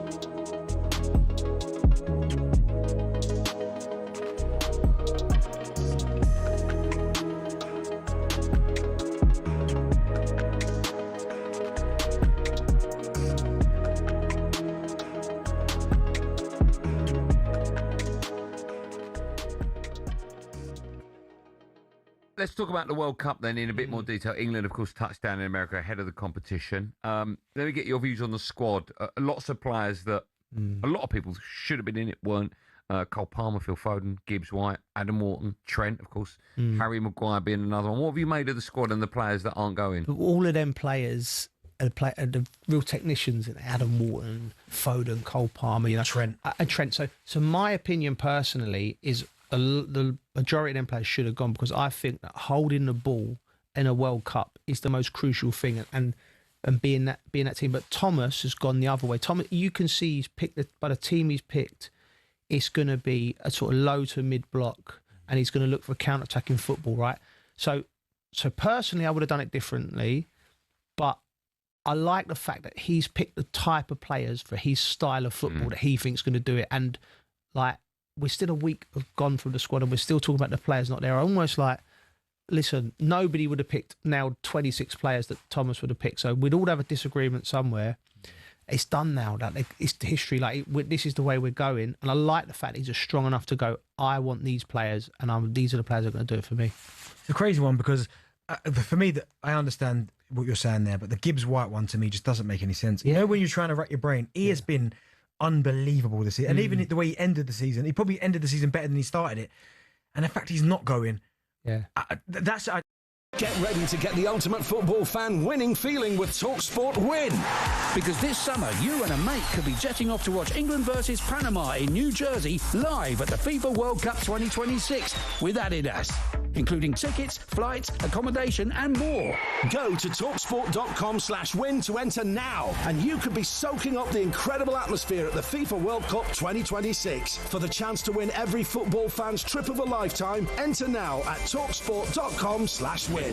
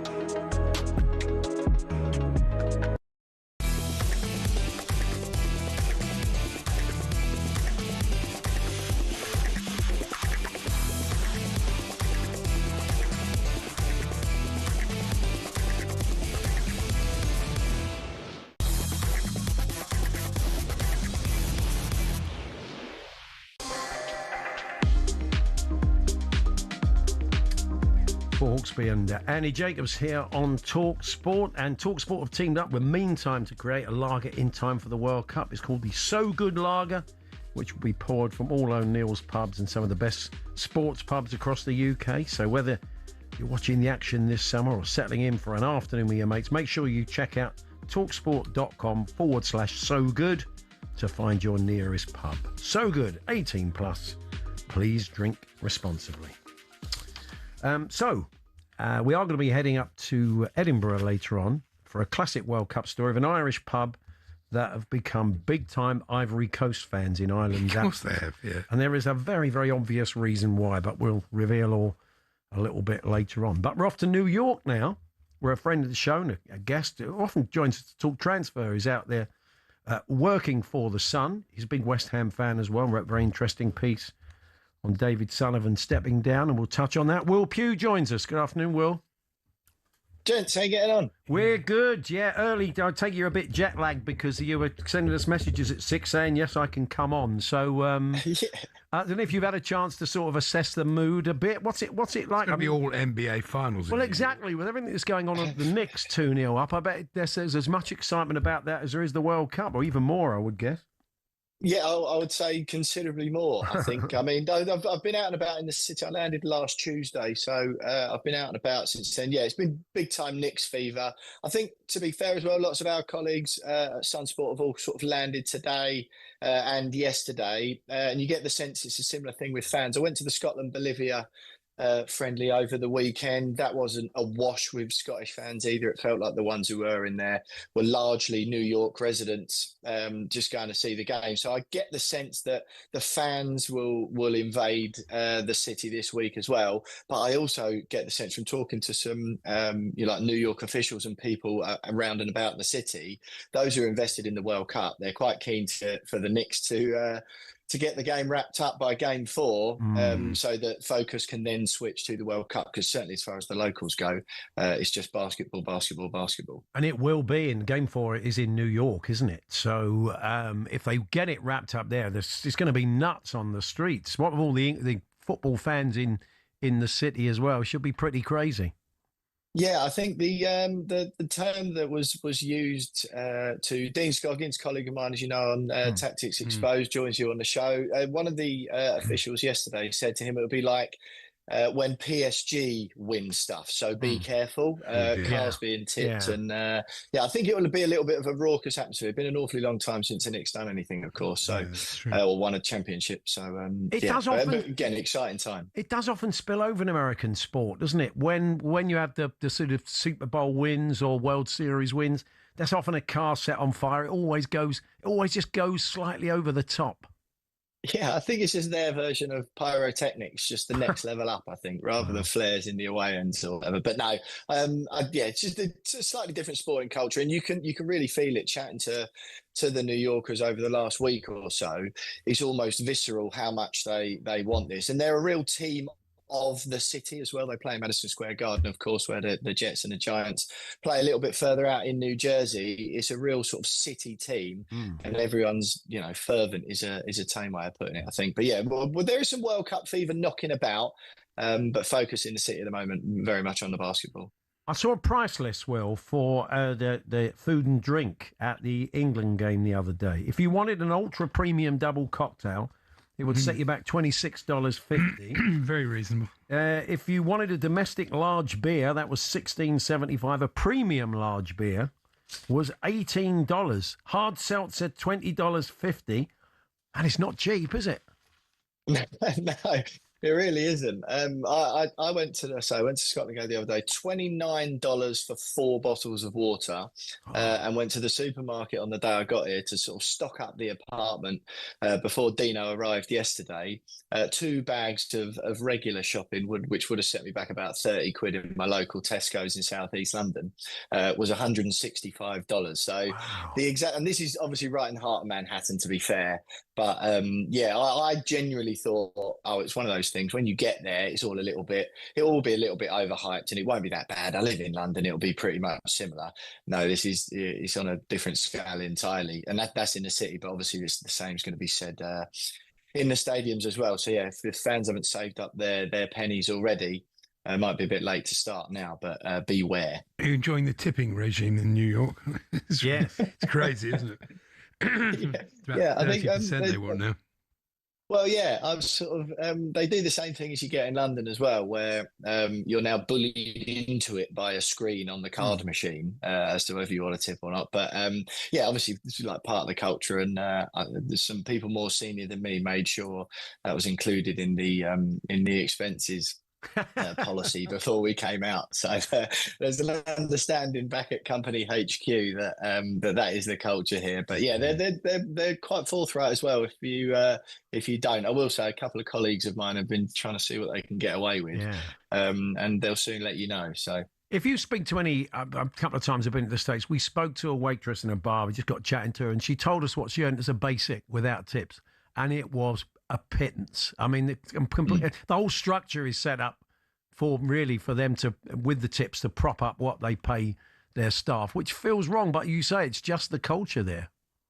Well, no, I think it's. I mean, not to get too much into it, but I think it just seems to me that it's just a way of companies getting away with not paying their staff and putting that burden onto the patrons, which seems an absolute farce, if you ask me. I think there's a little bit of that, say, living in London, a little bit of that creeping in over here as well. But where you've got like basic minimum wage and all that in the UK, it's it's much, you don't get away with those sort of things, much harder to. But yeah, the burden is just on the patron here to pay the salary of the staff, which is obviously something we're not used to in the UK. Tipping's much more of a, you do it if someone's done a particularly good job and you want to show them a bit of appreciation. Here it's, well, how do you expect us to get by if you're not paying us to service your drinks rather than the business owner? Yeah, the Freakonomics guys did a podcast on this, and a few restaurants in New York and LA basically built that into the price of the food and drink and said, okay, we're not going to charge you gratuities, but we're going to just build that into the price. So we're still looking at,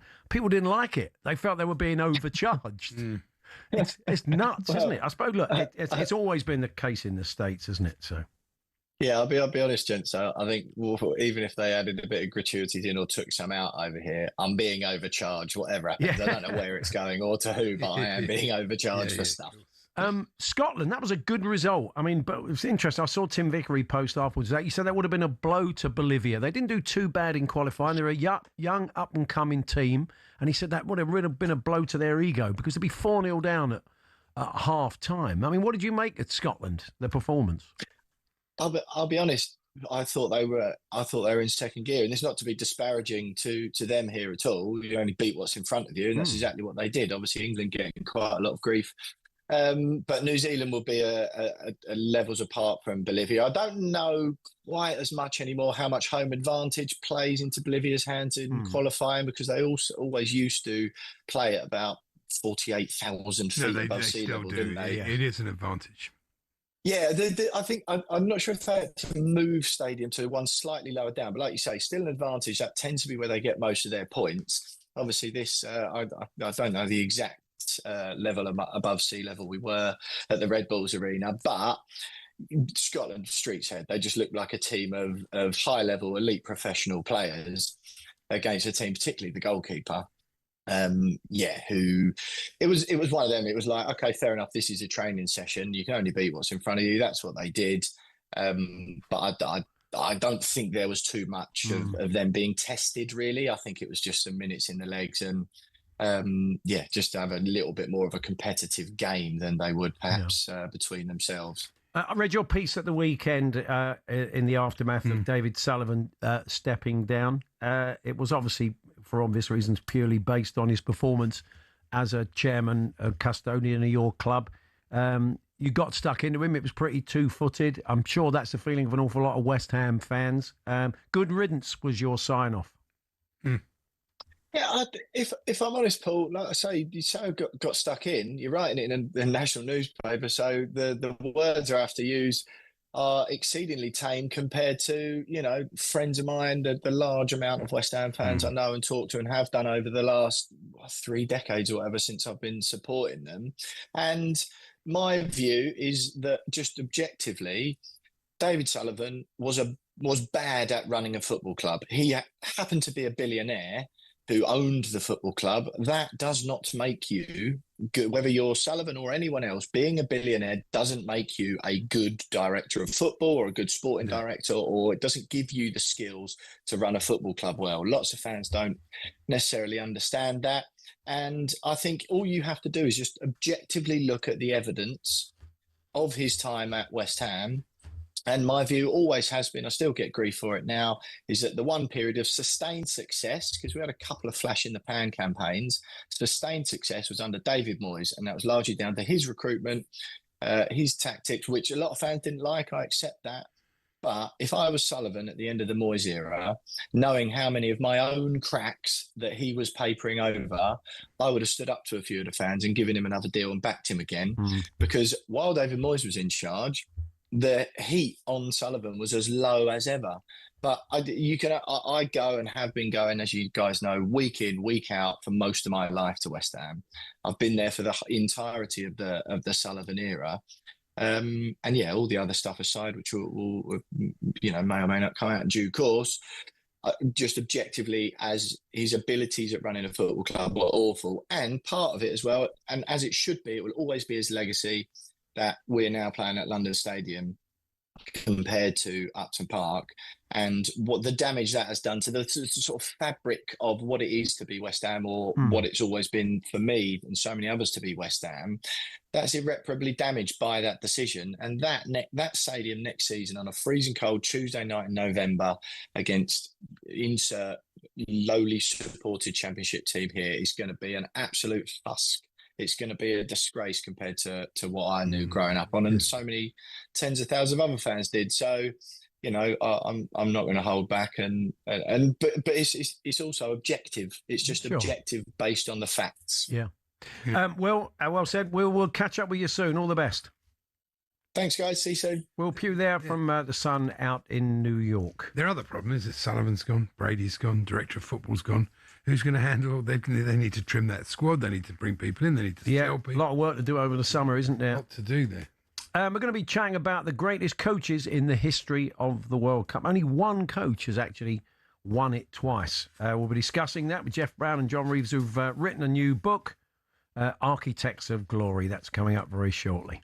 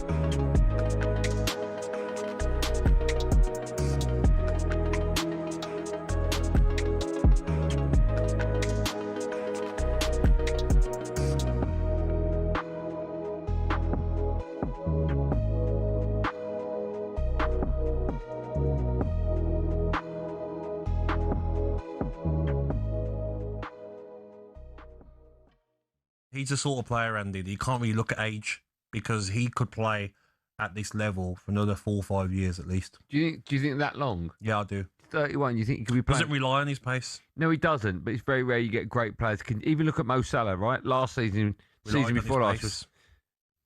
Yeah, I did look at Salah and thought his pace had gone. His just whole game went. I think when I watched him, he didn't look as quick. But I feel like Bruno Fernandes. Do you know what I mean? You'll find a position for him, even if his legs do go a little bit. He's just that talented. His passing range, mate. Do you know what I mean? Set pieces. Reported now has a £57 million release clause for European clubs. That means he can't throw him and say go to Man City.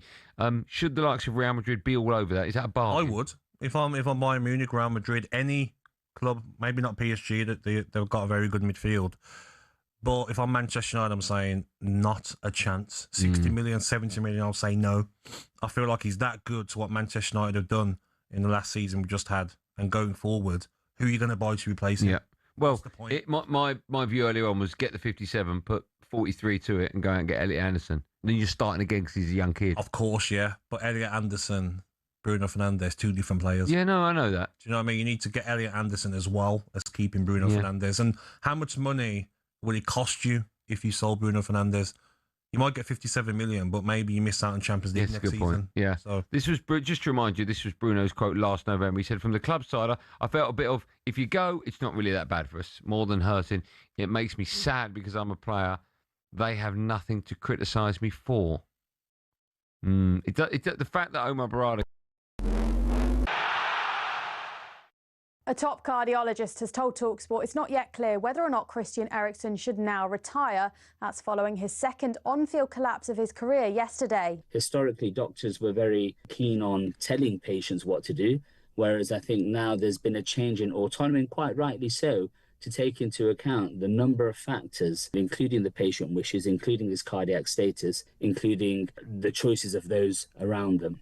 That's Professor of Sports Cardiology at Manchester Met University, Anil Malhotra. Denmark's national team Dr. Morten Boesen says Eriksen is doing well and that the expectation is that he will be discharged soon and can return home. Former teammate Andros Townsend says Eriksen's unique mentality needs to be taken into account. Nobody knows what goes on inside the heads of anybody, let alone a footballer who's worked so hard to get to where he's got to, who's almost died on the pitch and he's come back to play for Manchester United, one of the biggest clubs in the world. So it's difficult to know what's going on in his head. But yeah, of course, at the moment, there is more important things to think about. And Steve Harmison says England deserve credit for the character and adaptability of their performance on a terrible Lord's surface against New Zealand. Players were getting hit in the gloves, or a couple of people got hit in the shoulder, and a lot of balls kept low. When it's like that, it's dangerous to the players as well as Test cricket. There's plenty more at talksport.com.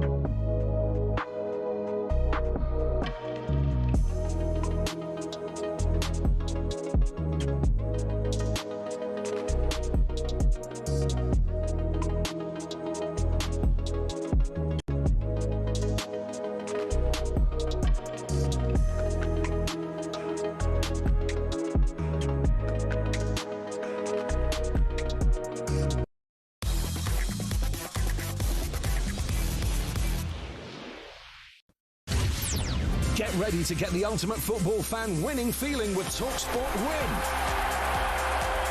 Yes, the FIFA World Cup kicks off on Thursday, and talkSPORT are sending you and a mate straight to New York to see England live with Adidas, the tournament's official match ball supplier. We're talking a trip to watch England face Panama, return flights, hotel, match tickets, spending money, all taken care of. Plus Adidas throwing in the official try-on the match ball and a fresh pair of boots. So Andy, how'd you win all that?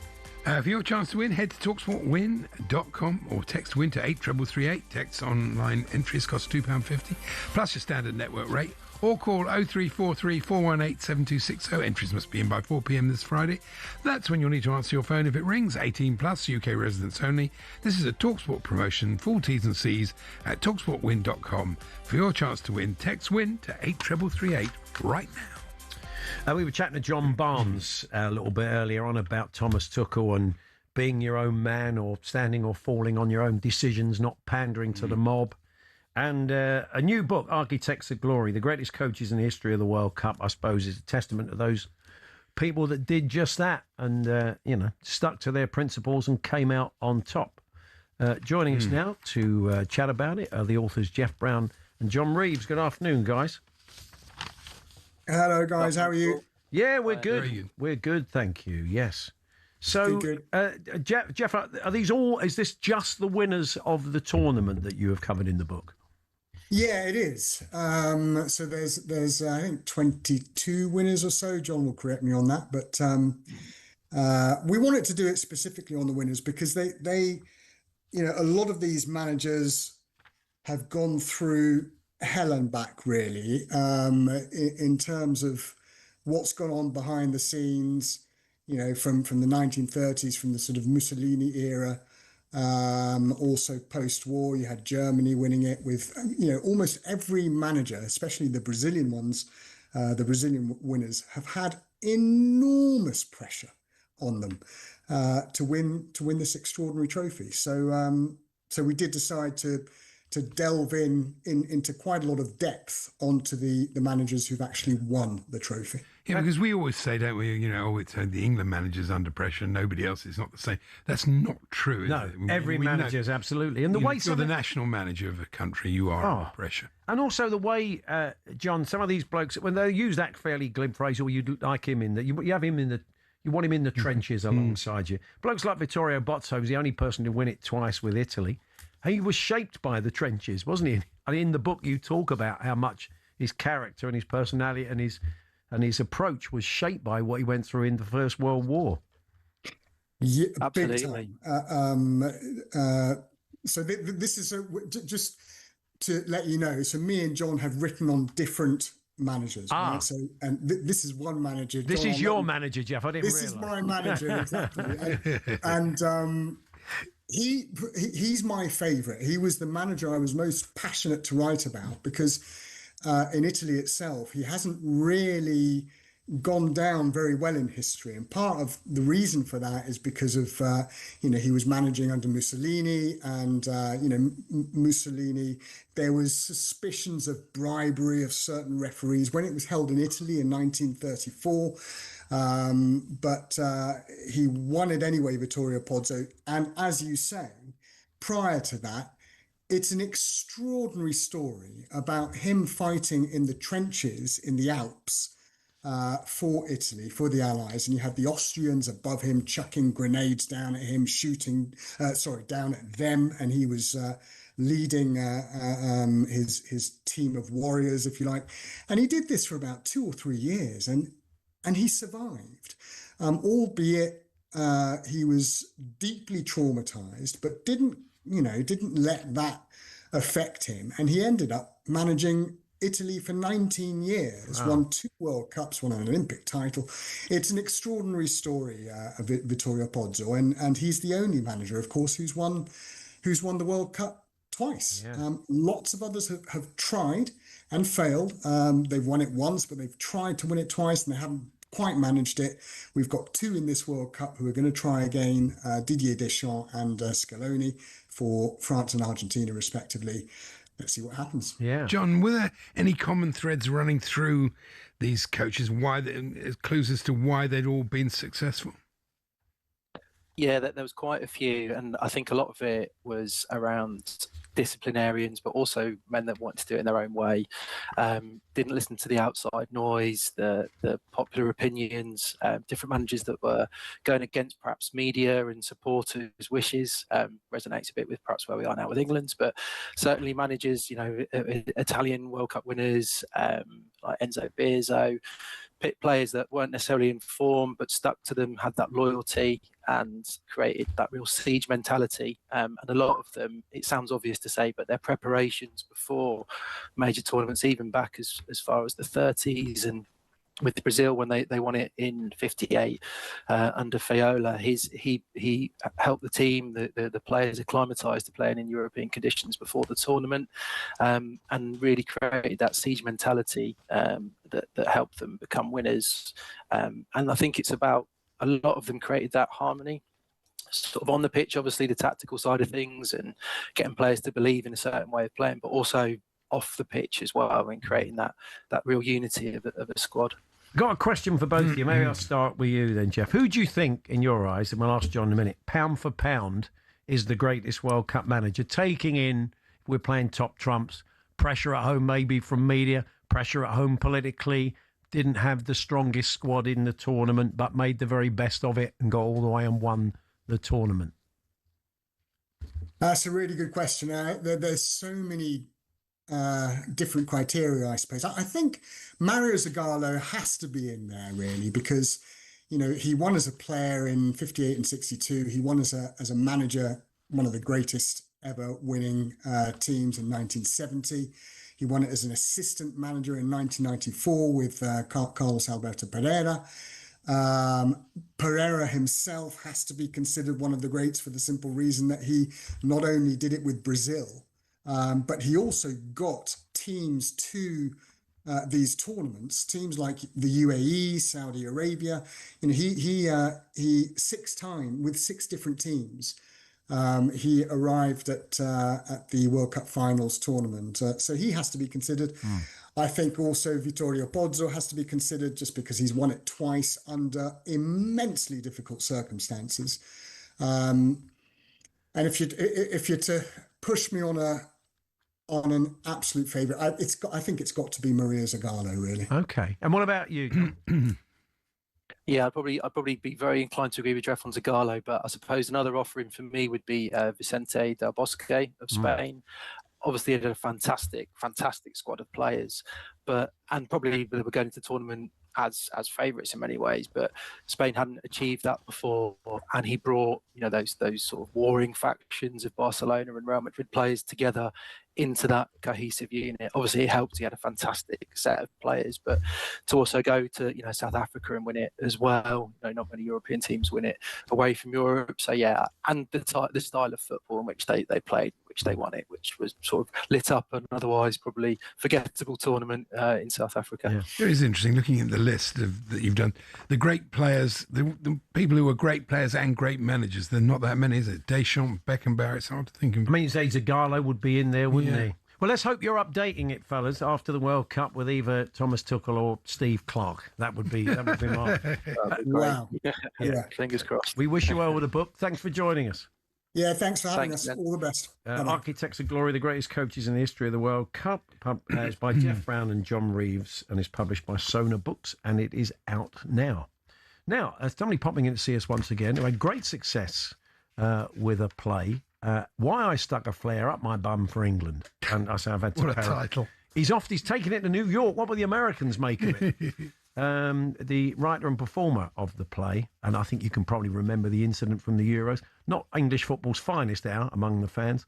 Alex Hill will be popping in to see us in a few moments' time. We're here with Toolstation. Make the switch to the Toolstation Trade Club. You'll save 10% on all electrical and lighting when you buy cable and flexes. First stop, Toolstation.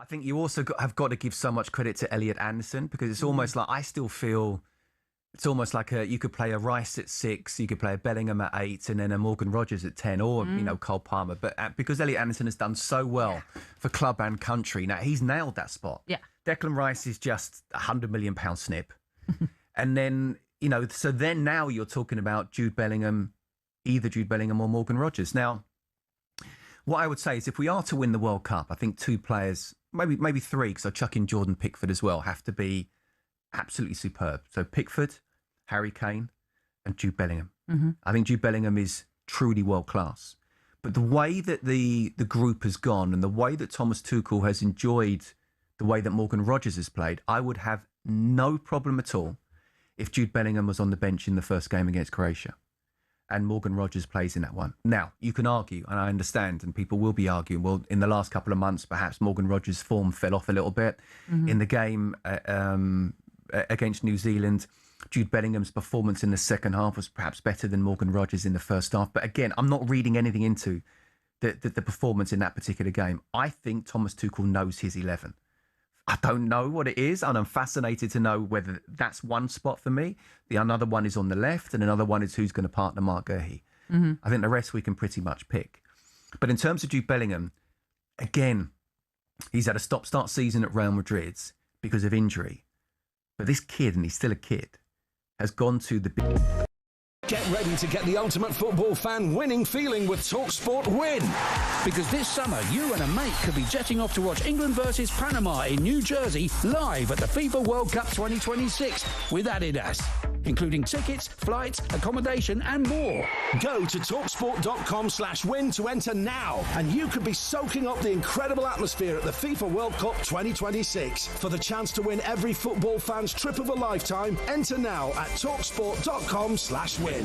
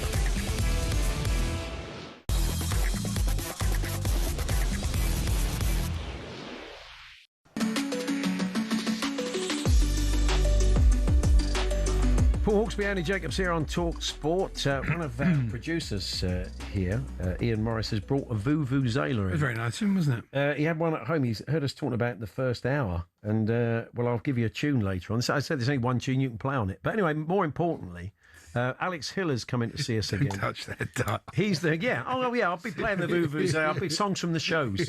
all the Rodgers and Hammerstein stuff. Alex has written and stars in the one-man play Why I Stuck a Flare Up My Bum for England. It begins with A, the word I've cut out. Good afternoon, Alex. Hi, thanks for having me back on. It's a pleasure. You, since we last spoke, you've been... It's gone on tour. You've had a really good reception to it. You should kind of tell us. I think people can remember the incident outside Wembley before the European Championship final, where that guy did stick a flare up his backside. I say it wasn't the finest hour from an England supporting point of view, but from that you wrote this play. Tell us more. Yeah, that's right. So it started obviously when the guy put a flare up his bum in Leicester Square, and I was on Wembley Way actually, sort of taking in the atmosphere. I didn't have tickets to the game, and then me and my mate went and watched it at my mate's house back in Ascot Way. Yeah. And I saw this photo and I thought, wow, that's a really good sort of stimulus for a play. You know, what sort of character could I write that would sort of lead up to doing something like that? Yeah. So I kind of fictionalised a story about that guy and you know, gave him a football club to support, which is AFC Wimbledon in the play. And it's just a one-man play about that guy and how all the events leading up to putting a flare. Has he ever got in touch with you? The real guy, no. No one knows who it was. Really? He disappeared into the crowd. He did do a few tabloid interviews and things like that. Yeah. I used some of it as research, but the story is mainly fictionalised. So. And you don't know if he's ever come to see it? I don't. No, I mean, don't. A hell of a way to disrupt it at the back of the theatre if he just did it one more time for old times' sake. Exactly. Yeah. I don't know whether he tried to claim royalties. Or you don't do it in the show. You don't have to do it every night. Well, it's kind of sort of simulated, if you like. I think that's a good idea. Yeah, just as well, isn't it? Really? Yeah, exactly. I mean, I wonder if AFC Wimbledon fans ever say, what made you look at him and think he's got Wimbledon written all over him? Well, it was kind of for the context of the play, really. I wanted him to be London-based. Yeah. Because one of the scenes that I wrote early on in the play is that he gets taken to the theatre by his girlfriend. So I was like, you know, I feel like he would travel from the game sort of on the tube into London to watch that. And I know that area well. So as a writer, it was quite easy to tap into that. And also I wanted them to disrespect to Wimbledon fans, but just to be a bit lower league. So it had that kind of honest and true feeling about a proper football fan that sort of spends the weekends on the terraces. Do you think there is a percentage of people who come hoping for the big finale? We've always said like the title of the show can be its best friend and worst enemy. People come expecting maybe like an hour of sort of like wild cabaret or something like that.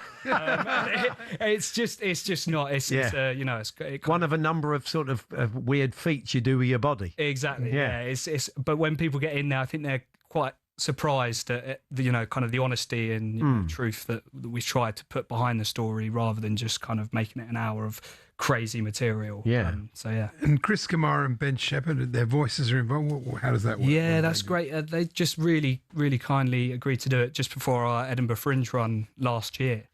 We wanted to sort of raise a bit of awareness for a campaign against living miserably, so they decided to, well, I asked them very nicely, and Ben said yes, and I think roped Cammy into it as well, which was great. They're good lads. Yeah. That's not a great surprise that they did that for you. And you're doing it at the Garrick in. You got a one night only coming up, haven't you? In London's busy West End. Yeah. So last time I was on in October, we was just about to play Underbelly Boulevard in Soho, and then from there we've sort of secured a West End show, which is kind of when I started writing it in my bedroom. You know, you just don't go, we're going to play an 800-seater in the heart of the West End one day, and it's just been kind of a dream come true. Was this your first? I mean, you kind of created this role for yourself. You kind of created this whole thing, really. That's right. What's your background? I came out of drama school in 2022, and then, you know, as an actor, like things are few and far between. So I was sort of trying to find a job, really, and in the end I thought, you know, a lot of actors go off and do this whole writing your own stuff, so I saw the image and kept it in my head, and then started writing a monologue which was 10 minutes long, and then I was like, actually I could maybe stretch it a bit, and then it turned into an hour show. Probably not the best turn of phrase considering the subject matter. Right, exactly. Yeah. But you're on stage for 75 minutes, aren't you? On your own, just one person play. It's a really energetic show. So I've almost done it. I'll have done it 200 times when we finish next month. And it is just, I mean, every single time I do it, it completely wears me out. It's non-stop, and the character's very physical, and you know he's just constantly bouncing around the stage and talking to the audience, and it's a lot, but it's been so fulfilling. And then you're not doing matinees. That's one for the kids. One for the kids.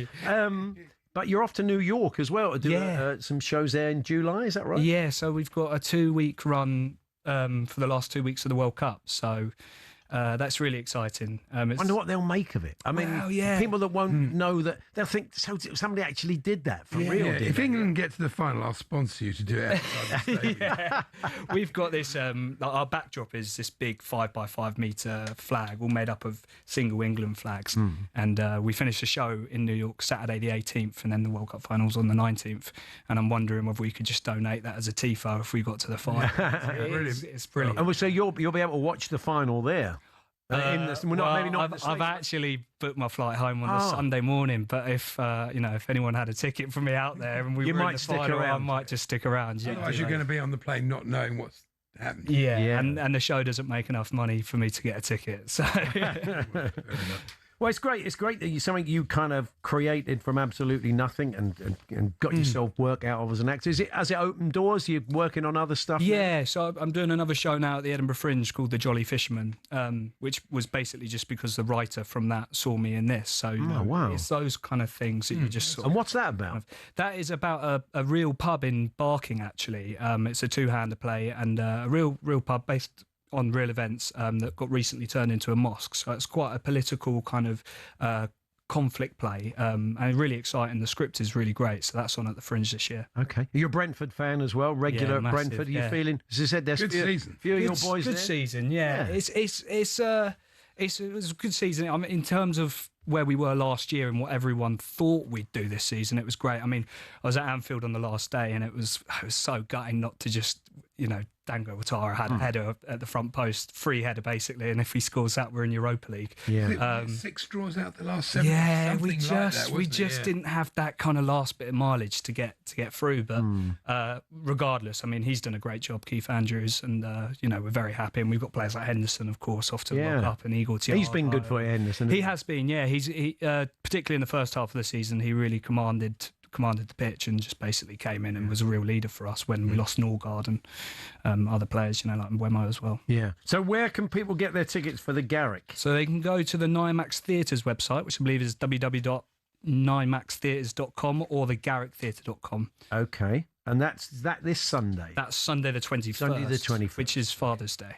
Excellent. Oh, nice. Excellent. Well, look, we wish you well, Alex. Thank you well very done again. much. Thanks for popping in. Thanks for having me back on. Alex Hill, the writer and star of Why I Stuck a Flare Up My Bum. But, of course, it begins with A and has 4 letters. Can't say it this time of day. For England, go and see Alex at the Garrick. Or if you're over in New York, go and see him there. Still to come, another Alex. I don't think he's ever done that.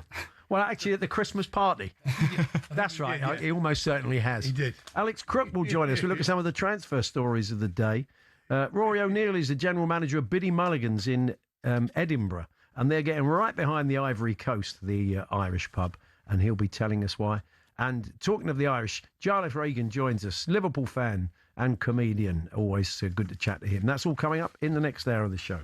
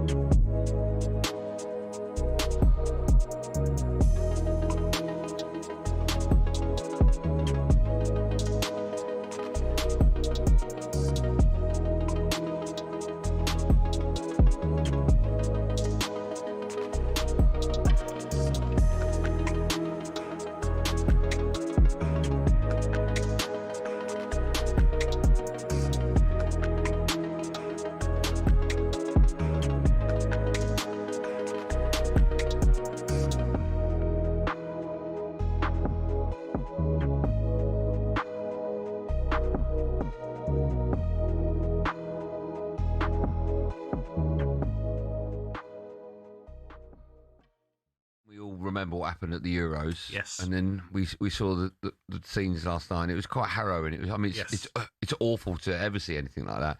But when it's someone that it's happened to them before and they've made that comeback, thankfully they had the pacemaker fitted. Yes. For me, when I heard the news and then I was watching it on the telly and listening to talkSPORT, the fact that eventually Christian got up and walked off was just fantastic. Oh, of course. Right? And I think that was the huge difference. And sorry, Gabby, I just think. My views. Yeah. I mean, I'm guessing he won't be allowed to play in the World Cup, right? That would be obscene, especially with the weather conditions.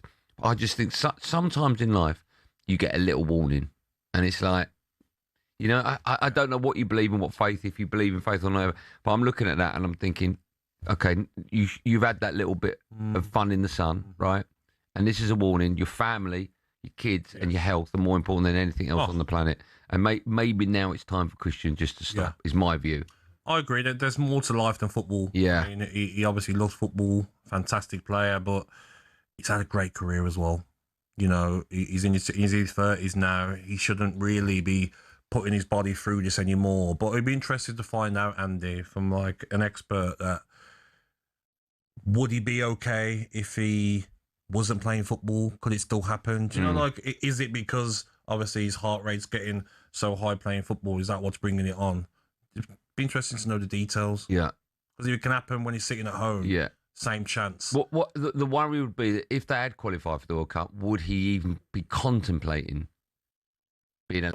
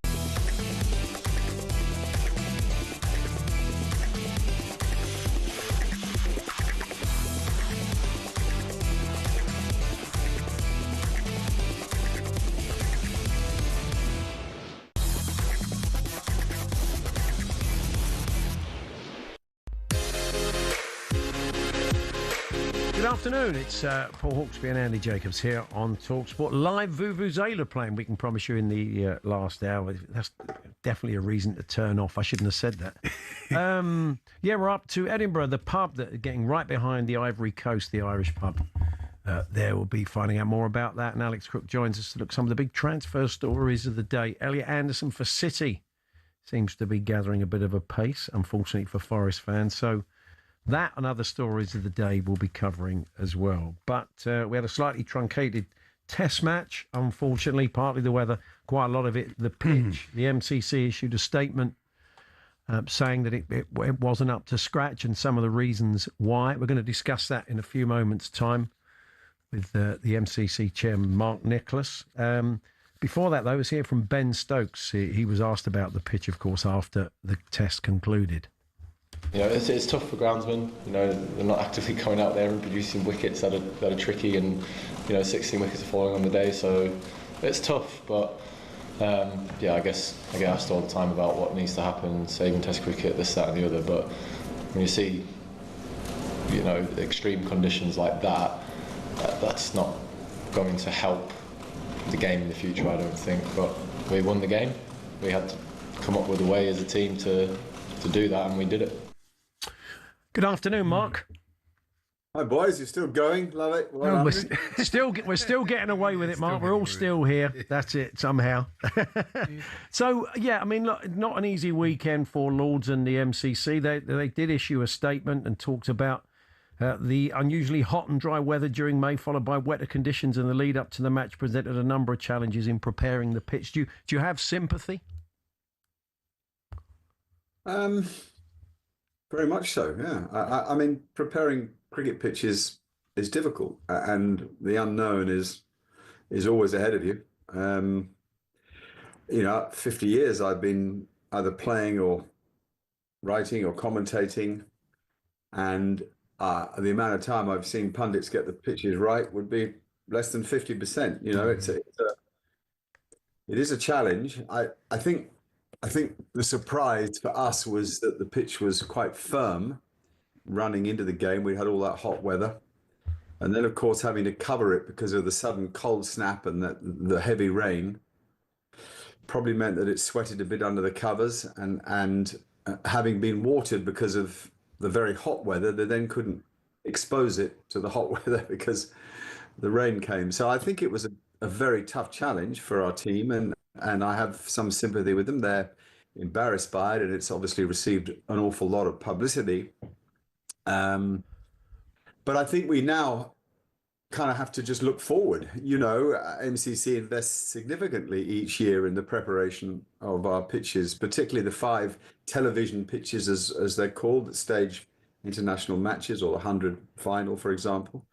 And we have all sorts of projects that are in the pipeline that are working on this. I think we need to get some agronomists involved to come and understand perhaps better what happens to the soil and the grasses that are used there, or the grass. It's not grasses anymore. Nearly all the grounds in the country use a tough short-leaf ryegrass. So we're not sort of breaking away from the norm in pitch preparation around the country.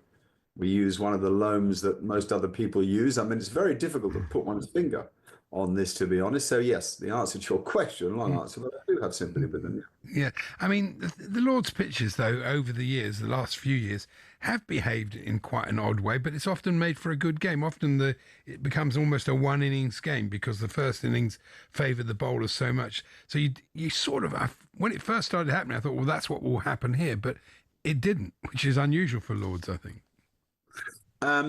That is a great point. We've had first innings wickets and second innings more opportunity for batsmen. That was certainly the case in the World Test Championship final, when Aidan Markram made a great 100 for South Africa and they went on to win it. It was a fantastic game of cricket and a great spectacle, actually. In the India Test match last summer, it was a slightly slower pitch and it went the full 5 days. And of course, Shoaib Bashir took that wicket just before, in the last hour, to great excitement. And that was a proper old-fashioned classic, hard-bitten test match. So, yeah, we staged that. We've staged plenty of good games. we certainly haven't staged any 2-dayers that have been quite as dramatic as the one we've just seen. The problem with the one we've just seen was that low bounce. That's so difficult for batsmen, and the quality of bowling was very high in this game, really high actually. I think it's worth pointing that out. 2 attacks that really suited those conditions, and it's been a sort of a little bit of a problem child for a while now, which is why we are on it. You know, it's not like we're suddenly going to invent new thinking, because in our cricket strategy that was released in February, we had it all written down, what our plan is going forward, and we'll stick very closely to that. And amongst that is, you know, a lot of people have called for drop-in pitches, and we're preparing 2 pitches in trays that we hope will be ready, you know, to be dropped in and maybe even active by 28.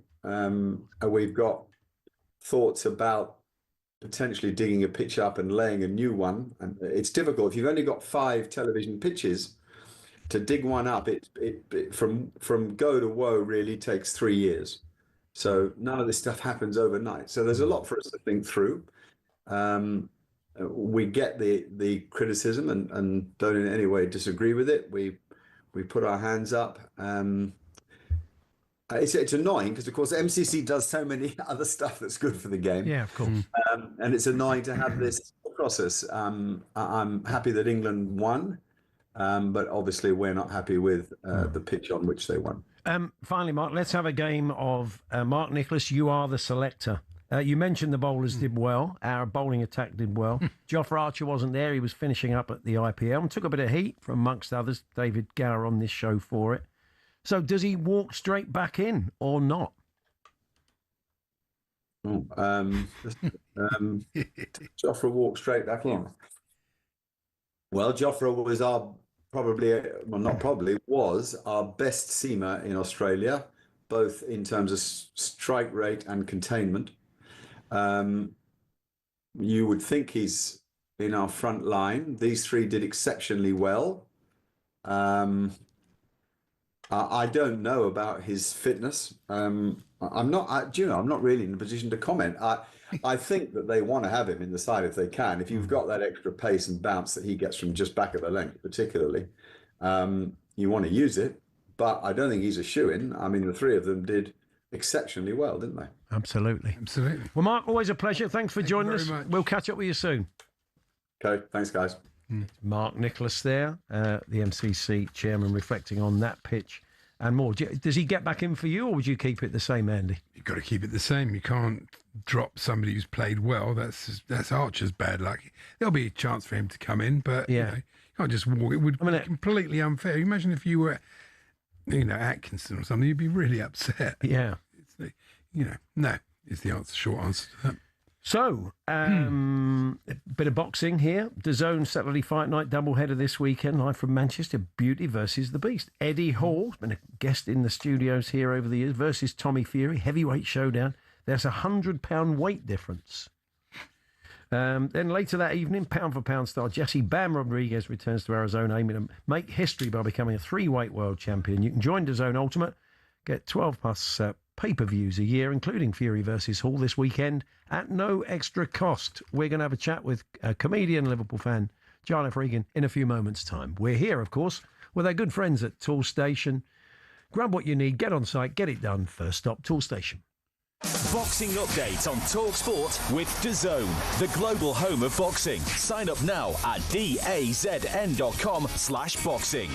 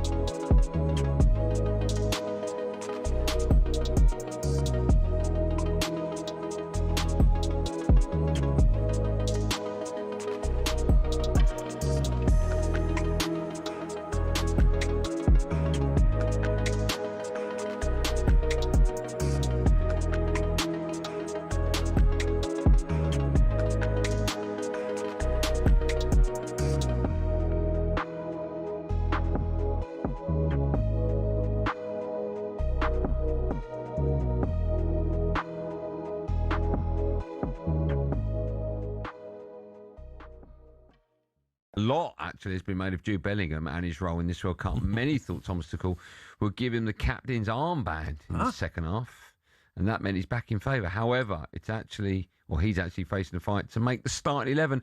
I'd be stunned, but Thomas Tuchel said this after the game about Bellingham. He's one of the starters. He knows he's one of the starters, but we have 14 or 15 potential starters. Yeah. These roles can always change, but at the moment, I think there are like 14 or 15 prepper starters, and Jude is one of them. Would he say that about Harry Kane?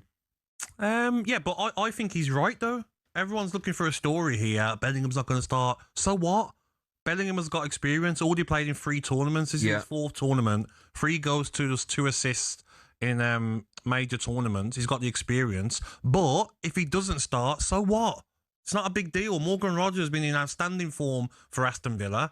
And I'm sure by the end of the tournament, whenever England go out, if they win it, Jude Bellingham would have played a big role. But if he does start, he knows he's got to be at it.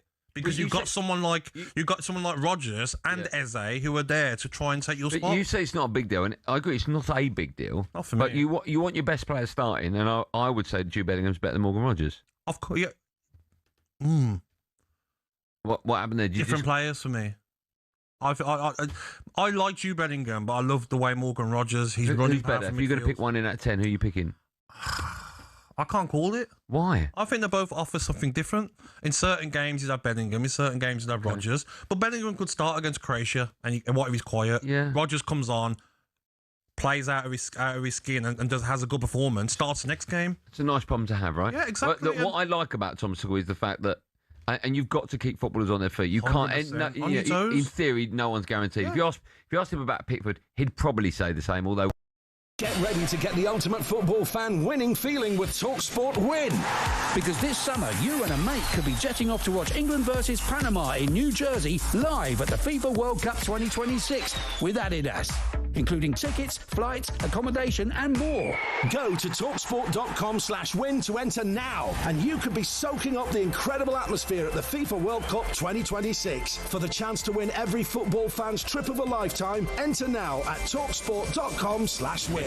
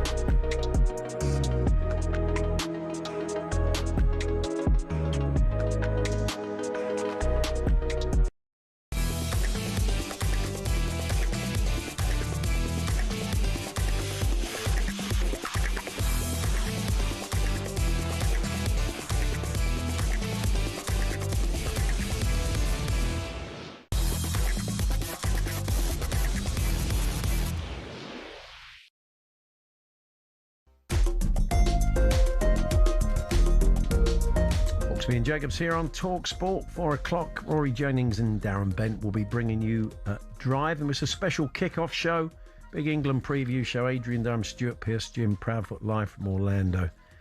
And, of course, Faye Carruthers with many guests. I think Rodney Marsh will be joining him, got his legacy cap at the weekend in Florida, where he lives these days. So you'll hear from Rod a little bit later on as well. But joining us now to tell us more about his upcoming tour, I'm sure he's probably coming to a theatre near you, it's comedian and Liverpool fan, Jarlath Regan. Good afternoon, Jarlath.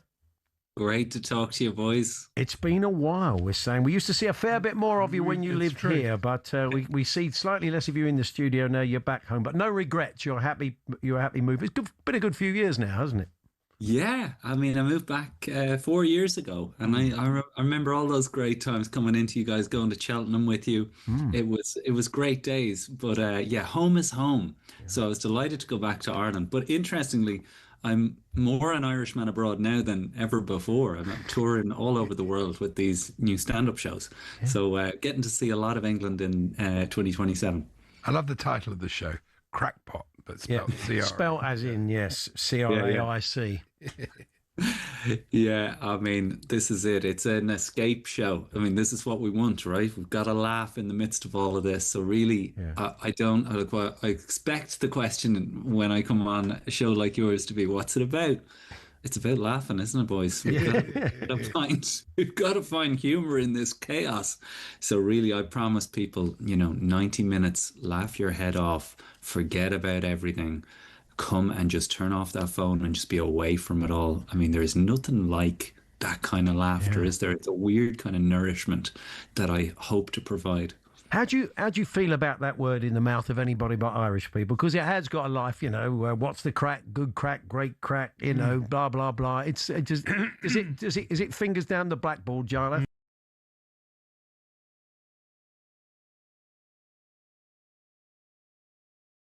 And it's a similarly word. It's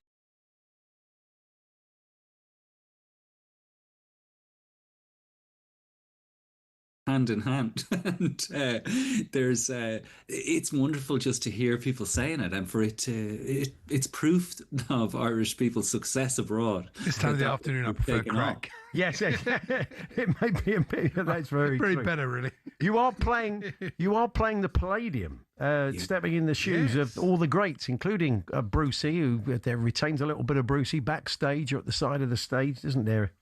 Yeah. I played the Palladium as part of Live at the Palladium, of course, back in around 2017, and it is one of those theatres, isn't it, that's just breathtaking, and all that history in the walls. We did 6 nights sold out at Leicester Square Theatre last year, and you got to go big or go home, as they say. And I thought, what the hell, we'll try and do it. We're going in the Palladium with the brand new show. And tickets went on sale last week, and I'm delighted to say it's flying out the door. Yeah. So hopefully we'll see you two boys there as well in the Royal Box. Oh, we're just sort of waving. Stadler and Waldorf. Yeah, Stadler and Waldorf, exactly that. Yeah.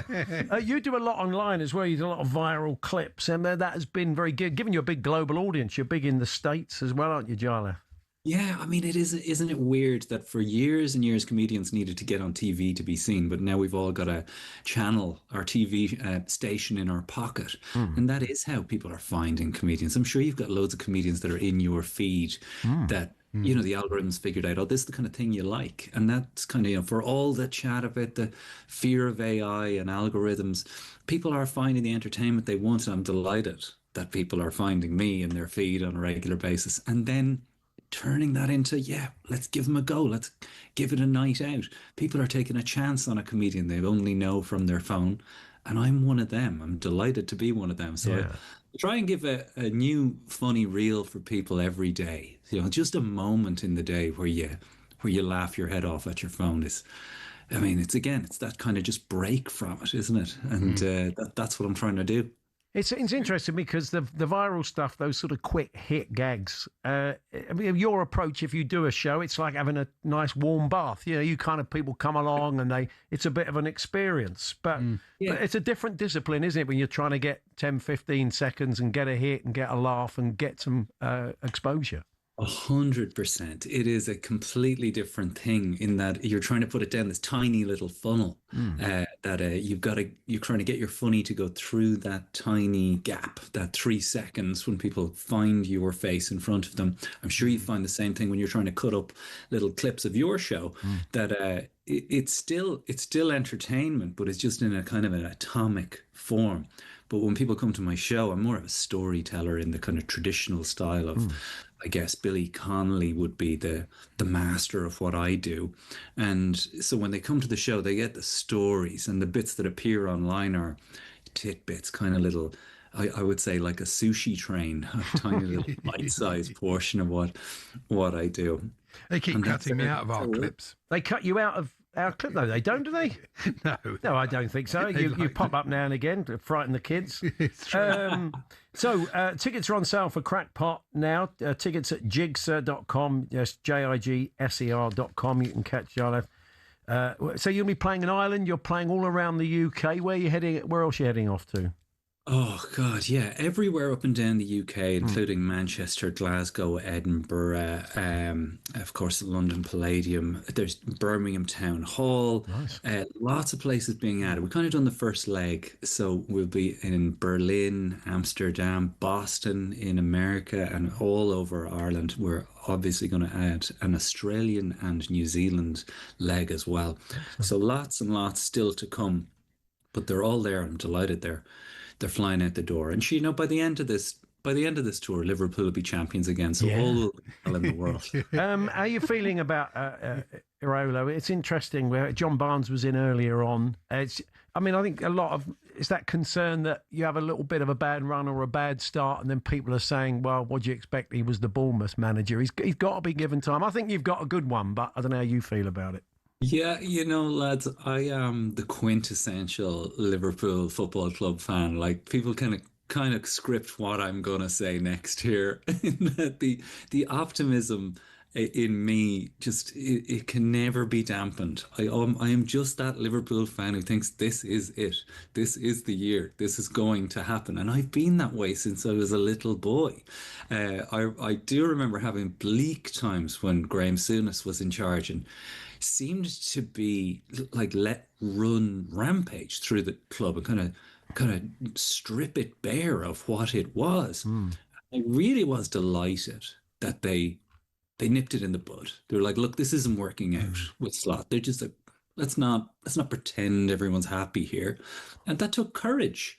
So in that way, I'm really happy. And I know a lot of Liverpool fans are like, we could have prolonged this, but instead we're going another direction, and it is a completely different direction, and that gives me a lot of hope. Yeah. Well, good to talk to you as always, and we'll come and see you on tour at the Palladium. So hopefully we'll speak before then. But all the best, Jarlath. Take care. Absolutely, lads. Great to talk to you. See you soon. Jarlath Regan there, comedian and Liverpool fan. Yeah, very funny man, and definitely worth going to see on tour. Good stuff. Vuvuzelas. I can promise you, live Vuvuzela playing in the moment. We have one in the studio. They've been banned from the 2026 World Cup. They said they wouldn't let you take in a plastic bottle, and you could do a fair bit of damage with one of these, couldn't you? If you just like a bit of baseball batty, isn't it? I forgot how terrible they were. It could be actually. a yard of ale. It's got that vibe, isn't it? Yeah. So we'll attempt. We got a Vuvuzela tale from the listener, which is a corker, but. Having just spoken to Jarlath, he would love this story. It's the Irish pub in Edinburgh that are getting behind Ivory Coast for the World Cup. Talk about embrace it. What started out as just a little joke on TikTok has taken on a life of its own, as we'll discover when Rory O'Neill, the manager of Biddy Mulligans in Edinburgh, joins us for a chat in a few moments' time.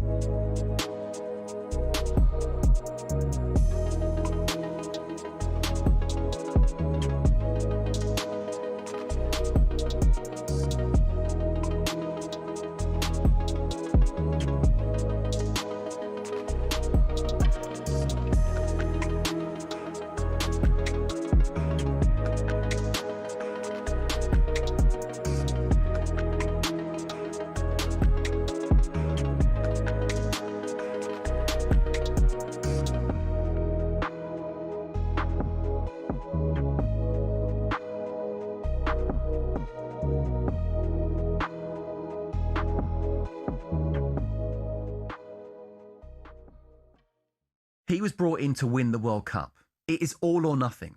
You either win the World Cup or you don't. Now, actually, it might be black or white for a lot of people. I think there's a little bit of greyness in there. If he gets through to the semi-final and loses unluckily against Argentina or Portugal for some reason, or gets to the final as well, I think that's okay in these conditions. But there will be a lot of people who will say, well, you didn't do this, you didn't take Cole Palmer, Morgan Gibbs-White, Harry Maguire, Lewis Hall. You made these decisions with the Arsenal boys. Do you know what? It's all about winning football matches now. And in that sense, even though I haven't been in total agreement with him, I'm behind him.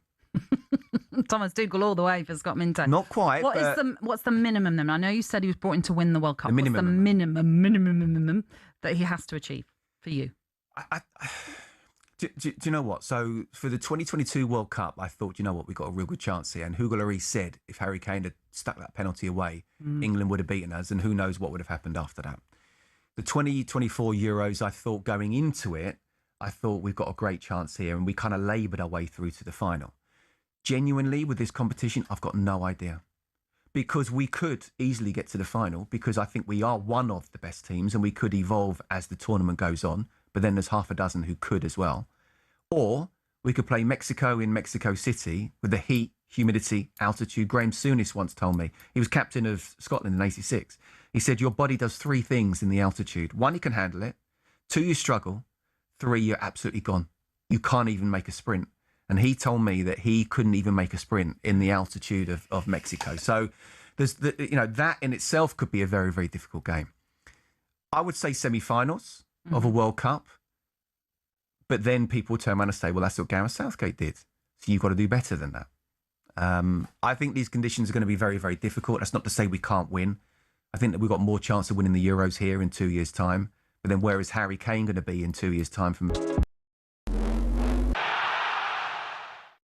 A top cardiologist has told talkSPORT it's not yet clear whether or not Christian Eriksen should now retire. That's following his second on-field collapse of his career yesterday. Historically, doctors were very keen on telling patients what to do, whereas I think now there's been a change in autonomy, and quite rightly so, to take into account the number of factors, including the patient wishes, including his cardiac status, including the choices of those around them. That's Professor of Sports Cardiology at Manchester Met University, Anil Malhotra. Denmark's national team Dr. Morten Boesen says Eriksen is doing well and that the expectation is that he will be discharged soon and can return home. Former teammate Andros Townsend says Eriksen's unique mentality needs to be taken into account.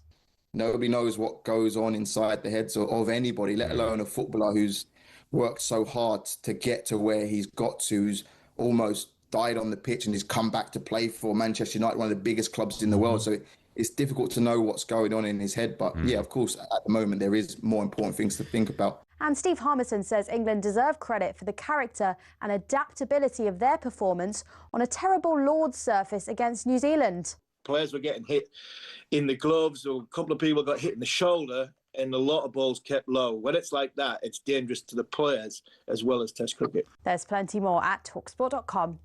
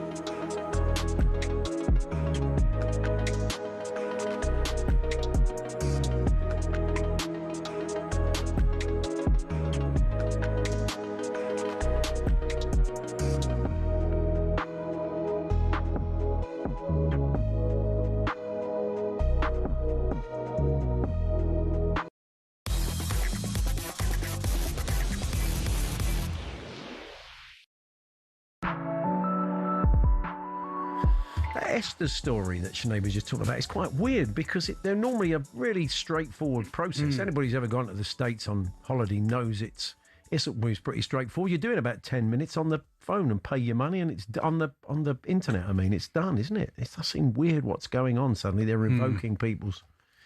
Anyway, I'm sure we'll be looking into that and bring you more in the news. Vuvuzelas, we mentioned earlier on, they're going to be banned from all stadiums in the 2026 World Cup. They are quite... We've got one. Ian Morris, one of our producers, has kept one from 2010. He was on his way in. He heard us talking about it. So they are Shame he didn't bring it to Cheltenham. Would have been good. Yeah, they are quite Kosh-like, so I can understand why, if they're not going to let you in with a little plastic bottle, they're not going to let you in with these. So I mentioned that we played you a little bit of music earlier on from a sort of Vuvuzela orchestra, but they weren't really an orchestra because all they'd done is sample the Vuvuzela. Because the trouble with the Vuvuzela, it's one note. It's only a one-note thing. It was just like a one-note drone, wasn't it? You can't do any triple tonguing. You are. Sorry. You can't. My triple tonguing is not great. But even then, you're only dealing with one note. So you can only basically play one note Samba. Yeah. Can't you really? Here we go. I'll give it a go.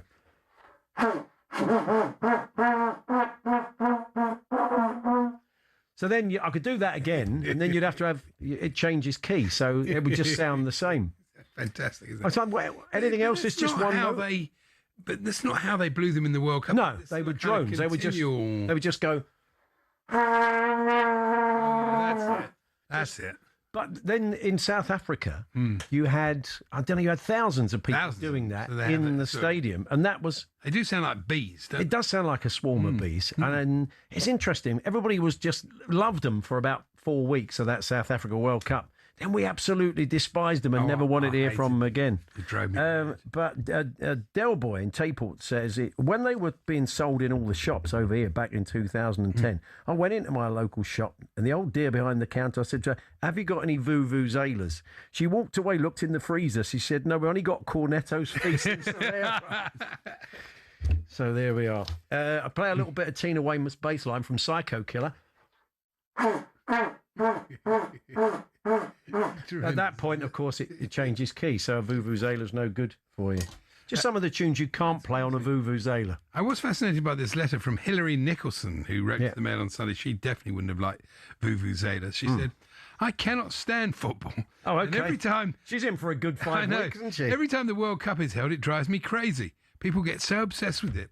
Nothing else seems to matter. Yes. Where can you go for a break to get away from at least some of the hype? I'm ideally looking for somewhere quiet." So where could she go? Where in the world can you go where you won't be affected by the World Cup? There's not many places. Not a World Cup. Not a World Cup. I can't think. There's not many corners of the world that won't be showing. You're in games. trouble, Hillary. Yeah. I mean, you can always find pubs that are proudly non-football pubs during a World Cup. They won't have the games on, so they're a bit of a haven. I don't know if Hillary is a pub goer. I've just thought that Hillary won't be listening to talkSPORT, will she, really? She's unlikely to be. We can't, it's pointless offering advice. You may have just tuned in for my version of One Note Samba on the Vuvuzela. Now, a pub that is very much embracing the World Cup is Billy Mulligan's in Edinburgh, in the Grassmarket area of Edinburgh. It's an Irish pub. And what started out as a little joke, you could say, has got out of hand. But I think this is a beautiful story. It's classic World Cup story. I'm sure we'll be bringing you very similar stories over the next 5 weeks because the tournament always kicks these up. Let's have a chat with Rory O'Neill, who's the general manager of Billy Mulligan's. Hi, Rory. Hello, how are you? Yeah, we're good, Rory. What we love about this story is the kind of randomness of it. Somebody in the organisation, where it was you or one of your team, noticed if you turn the Irish flag upside down, you get the Ivory Coast flag. And from that little nugget and a little TikTok video you put out saying you're going to get right behind Ivory Coast, it has completely taken on a life of its own, isn't it? Yes, it's spiraled out of control. It was a little kind of joke that, if you do your makeup and tricolour in a mirror, you end up with an Ivory Coast flag. And then we just did that as a video, really, as a joke with a flag. And then I was on holiday, and 4 days later, it went crazy. So you've now got Ivory Coast T-shirts on all the staff, Allez les éléphants, all emblazoned across everybody's. I don't know if there is much of an Ivory Coast sort of diaspora in Edinburgh, but has anybody been in? We have had people contact us, so there are people booked in. We have people coming from Paris to watch the game. Wow. I'm not sure if if this is a real person, but somebody did contact us, and he's coming from LA, which I find quite strange.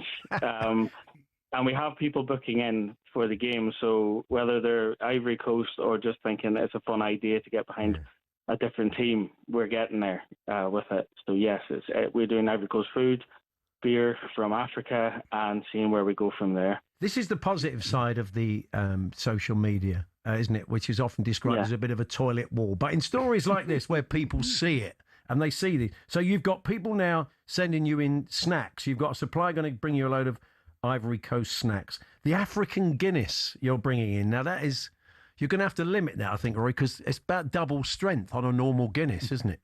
Oh, it's a bit rocket fuel-y, so we're going to have to kind of maybe 2 bottles limit or something like that. It's interesting because your opening hours are already 8 till 1 a.m., so you're open at long hours. Are you? Have you got extended hours for Scotland games? So etc. Yeah. So we're pushing to show, like, we're showing as many games as possible in the World Cup. So we're open a lot till 4 a.m. Even a couple of days, we're going to come in at 5 a.m. for some Australians to come and watch some games because they've requested it. So yeah, it's we're trying to be a hub, but we think we're going to create just the Ivory Coast atmosphere because I think it's been such a good reception online. And the lad that actually filmed it his grandfather's actually the Walter Smith, so it's a bit of football royalty there for you as well. Wow, that's amazing. That's good. Keane Smith. So yeah, I thought I'd give him a shout out because he's done so well with it. He has. I mean, are you sort of taking bookings for tables? I've noticed a lot of pubs saying, you're going to have to get here for the evening kickoffs, England games. Get here for 7:30 if you book. Otherwise, we'll not England games in Edinburgh. Oh well, no, maybe Scotland games. Well, some people will go and watch the England games. You'll show the England games, won't you? Oh, we will. No, there's plenty of English floating about that'll come in and support their own team, and then anybody but England. Scottish contingent probably will do the same as well. Hate watching, they'll come into hate watch, won't they? Of course they will. So, well, it's great. I mean, I'm sure, mate. I'll tell you what, we're going to catch up with you during the tournament. I think, Roy, because I think you'll find there'll be more stories emanating from this. You'll have some interesting visitors along the way, and I wonder if there's anywhere else this story can go. I don't. Maybe going to have the sort of. The ambassador for Ivory Coast. Didier Drogba turns up. That'd be great. Coming along for a game. Well, he did share a post yesterday, so we're delighted with that. Oh, that's brilliant. And it's a big deal for you, isn't it? In the pub trade, at times are not easy, but you're in a part of the world and in a city that's got a great pub culture. But I suppose you've got to make the money and do the business while you can. But you're going to be leaning on your staff a lot, doing long hours and stuff, and going to be very busy over the next 5 weeks. Yes, they will, and if you can create a bit of fun for them, and they're loving this at the minute, so a bit of enthusiasm from them, so that'll be a bit of crack as well. Excellent. Well, look, good to talk to you, Roy, and so we'll catch up with you during the. I think we'll have a chat on the day of one of the Ivory Coast games and see how things are shaping up, or the day after might be better anyway. So good to talk to you. All the best. Thank you. Lovely. Good luck with it. That's Rory O'Neill, General Manager of Biddy Mulligan's in Grassmarket in Edinburgh, who have adopted. If you are adopting another thing, it's something we will talk about. No. Oh yes, now. We need to lean on you. We've put out a little video. If you see talksport.com or you're on TalkSport's social media feed, you may have seen a little video. But one of the things we want to do during the tournament is, let's be honest, we're going to be on between 10 and 1 in the mornings up to lunchtime, sort of switching with Jim and Simon for the World Cup. And there's going to be games on 3 in the morning, 1 in the morning starts. We're going to be up at 6. We're going to be fit for work, preparing for the show, coming in doing 10 to 1. We're not going to be able to watch a lot of these games live. So we would like to call on you, the army of TalkSport listeners, who may work nights, but you still will be taking in the games. You might be a new mum or dad who are going to find themselves up with baby, feeding overnight, for example. So whatever keeps you up during the night means you will be watching those 1 o'clock, 3 a.m., etc.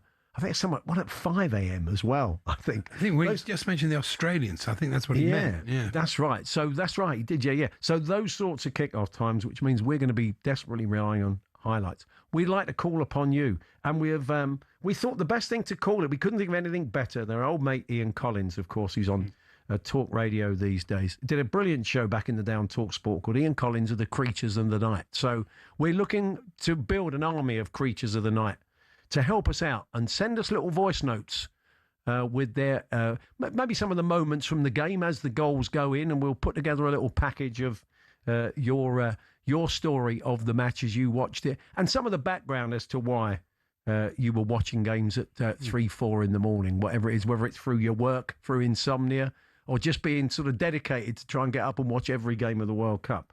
So we'd love to. We're going to love to hear from you. At talksport.com, you can /H&J. You can text to 81089. You can tweet to TSH&J. You can tell us why you're someone who's a bit of a nocturnal creature, a bit of a night bird. We'll be watching a lot of those games that so many people will struggle to watch, and you can become one of our creatures of the night. So do get in touch before we get underway on Thursday, because there's a 3 a.m. into Friday morning, so we could be leaning on you for that one.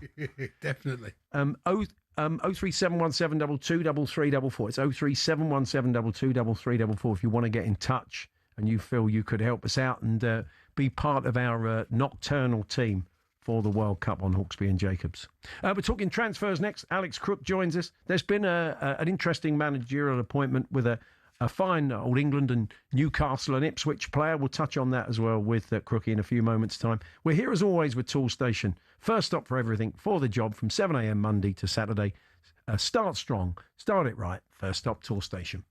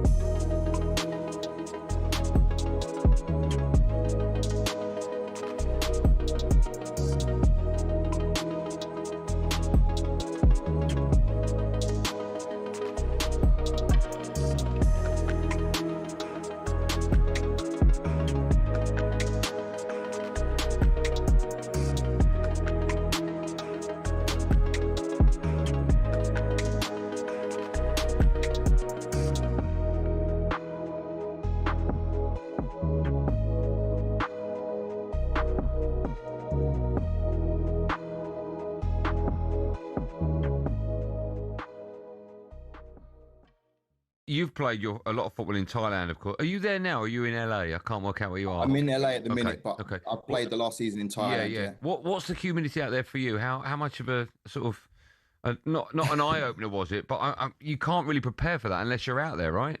You can't really prepare for it, and you don't really get used to it. There's not a time in the whole season where I thought, right, now I'm used to the conditions. It's how can I adapt my game to be able to survive?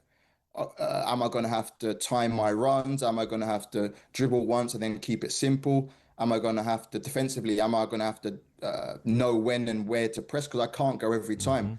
And I think that's what the England guys are going to have. It's a similar condition, probably not as hot, but that's what the guys are going to have to figure out over the two friendly games is I can't go every time. I'm going to have to choose my moments. And I think we saw in New Zealand, even like the Anthony Gordons and the Ollie Watkins, who are go, go, go. Even those guys were choosing their moments. Ngamoa played very well on the right, but he didn't go 1v1 every time. He kept it simple sometimes. And that's the way it's going to have to be. It's a weird feeling, isn't it, Andros? I remember going to Hong Kong quite a lot pre-season tours, and you can't breathe, can you? It's like you're trying to sprint and you feel like you're going to like pass out from not being able to breathe.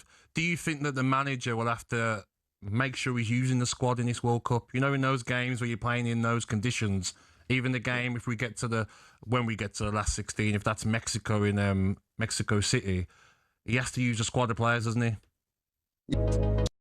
Hello, I'm Matt Fordham from talkSPORT. This is How to Win the World Cup. This is the best squad I think England have ever had.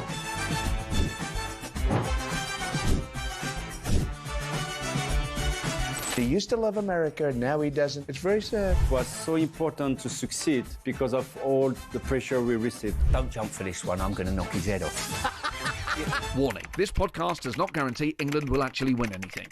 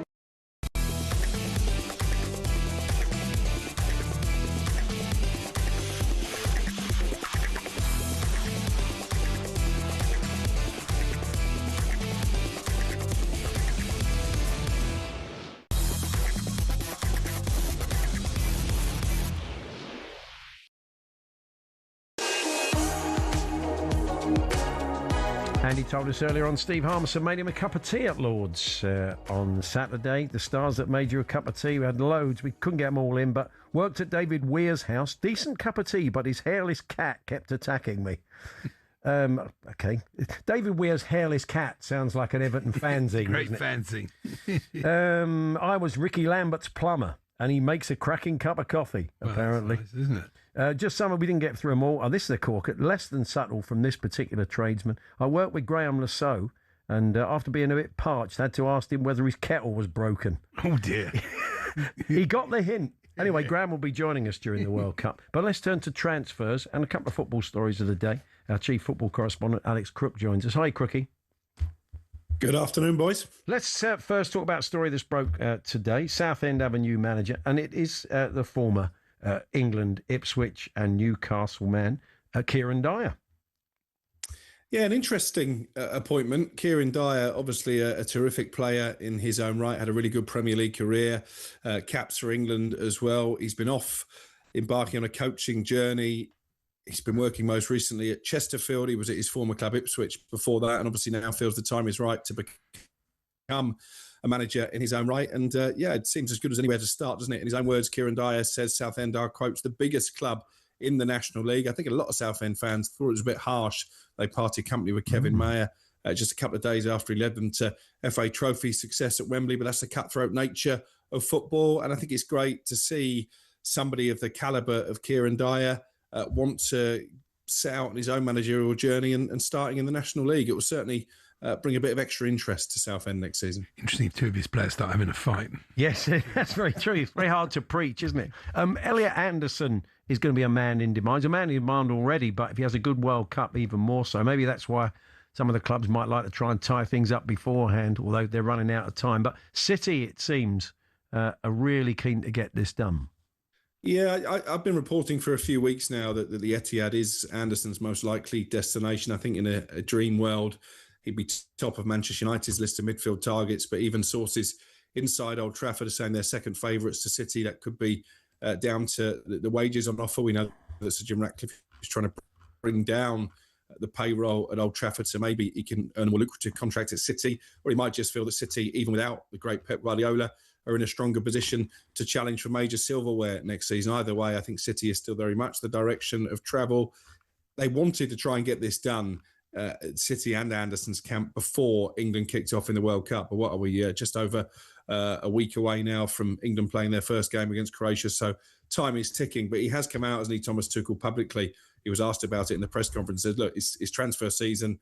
I'm not naive. I know that players are going to be sorting out moves for next season. I'm happy for them to do that. I think he just said he didn't want those conversations happening either the day before or the day of a game, which seems pretty fair. Yeah.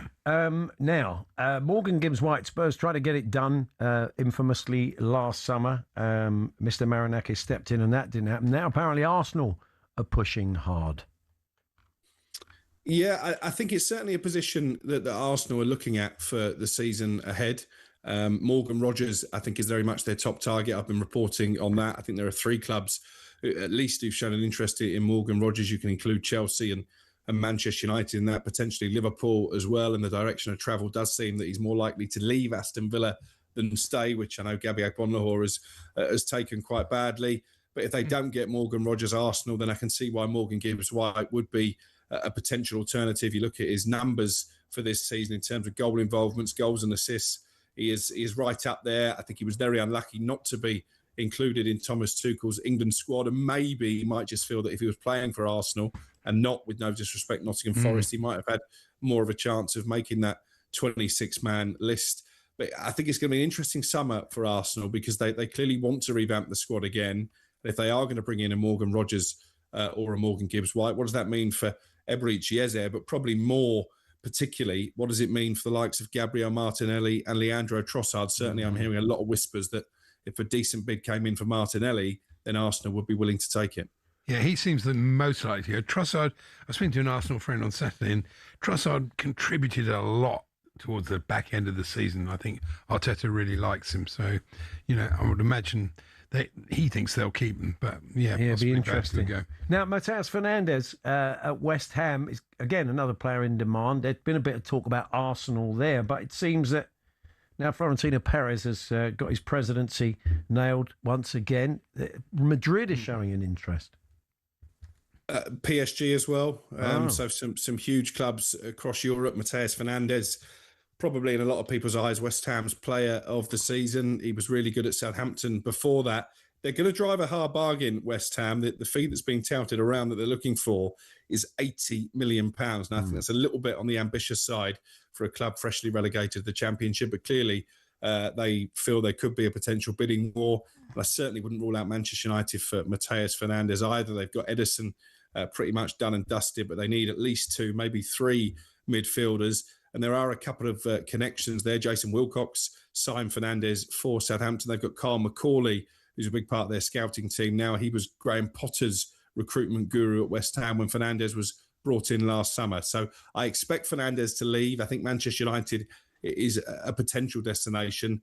I'm not sure the transfer fee will get anywhere near the 80 million that West Ham want. Now, the chief exec of Brighton, Paul Barber, was on talkSPORT yesterday saying they'd rejected 2 bids from Spurs for Jan-Paul van Hecke. It looks like they're going to go back in. They're trying to get this done. I mean, what's your gut feeling that it will get done? From what we understand, the player seems keen, but there's only so much you can do with that. Where are we at with that one, Crookie? I think it will happen. I think Jan-Paul van Hecke, we reported this on talksport.com this morning, wants to move to Tottenham. He had a brilliant relationship with Roberto De Zerbi, the now Spurs manager, when he was at Brighton. He's only got a year left on his contract. So as much as we know that Brighton are pretty ruthless negotiators, they've been the past masters of getting top dollar for their players. They're not, in this instance, in the strongest possible position, but they have rejected, you say, 2 offers. We're expecting Tottenham to come in with a third. And I think once the magic number is hit, Tony Bloom will sell. And I'd imagine this will almost certainly seal the exit of Christian Romero from Tottenham because, of course, they've already got Marcus Senesi coming in to bolster that defence. And clearly Van Hecke is going to want to be a starter next season. And they've obviously got Van der Ven, who they want to keep as well. I wonder if it might set us up for a back 3 potentially at Tottenham next season. Yeah, they are going to have a few there, aren't they? That's very true. Crookie, thank you. We'll catch up with you soon. All the best. Cheers, guys. Yes, Alex Crook there, Chief Football Correspondent. More transfer news as the summer unfolds, but our focus is the World Cup. We will catch up with Jamie Curtin tomorrow. I think he had a slightly delayed flight, but he's just won the World Cup with England seniors. So we will be chatting to him, amongst other things, continuing the build-up to the World Cup tomorrow from 1. Do hope you can join us. And do hope you can become one of our creatures of the night. We'll give you a little reminder on that tomorrow in case you didn't hear that earlier on. But coming up next with another busy drive time show, it is Rory Jennings and Darren Bent.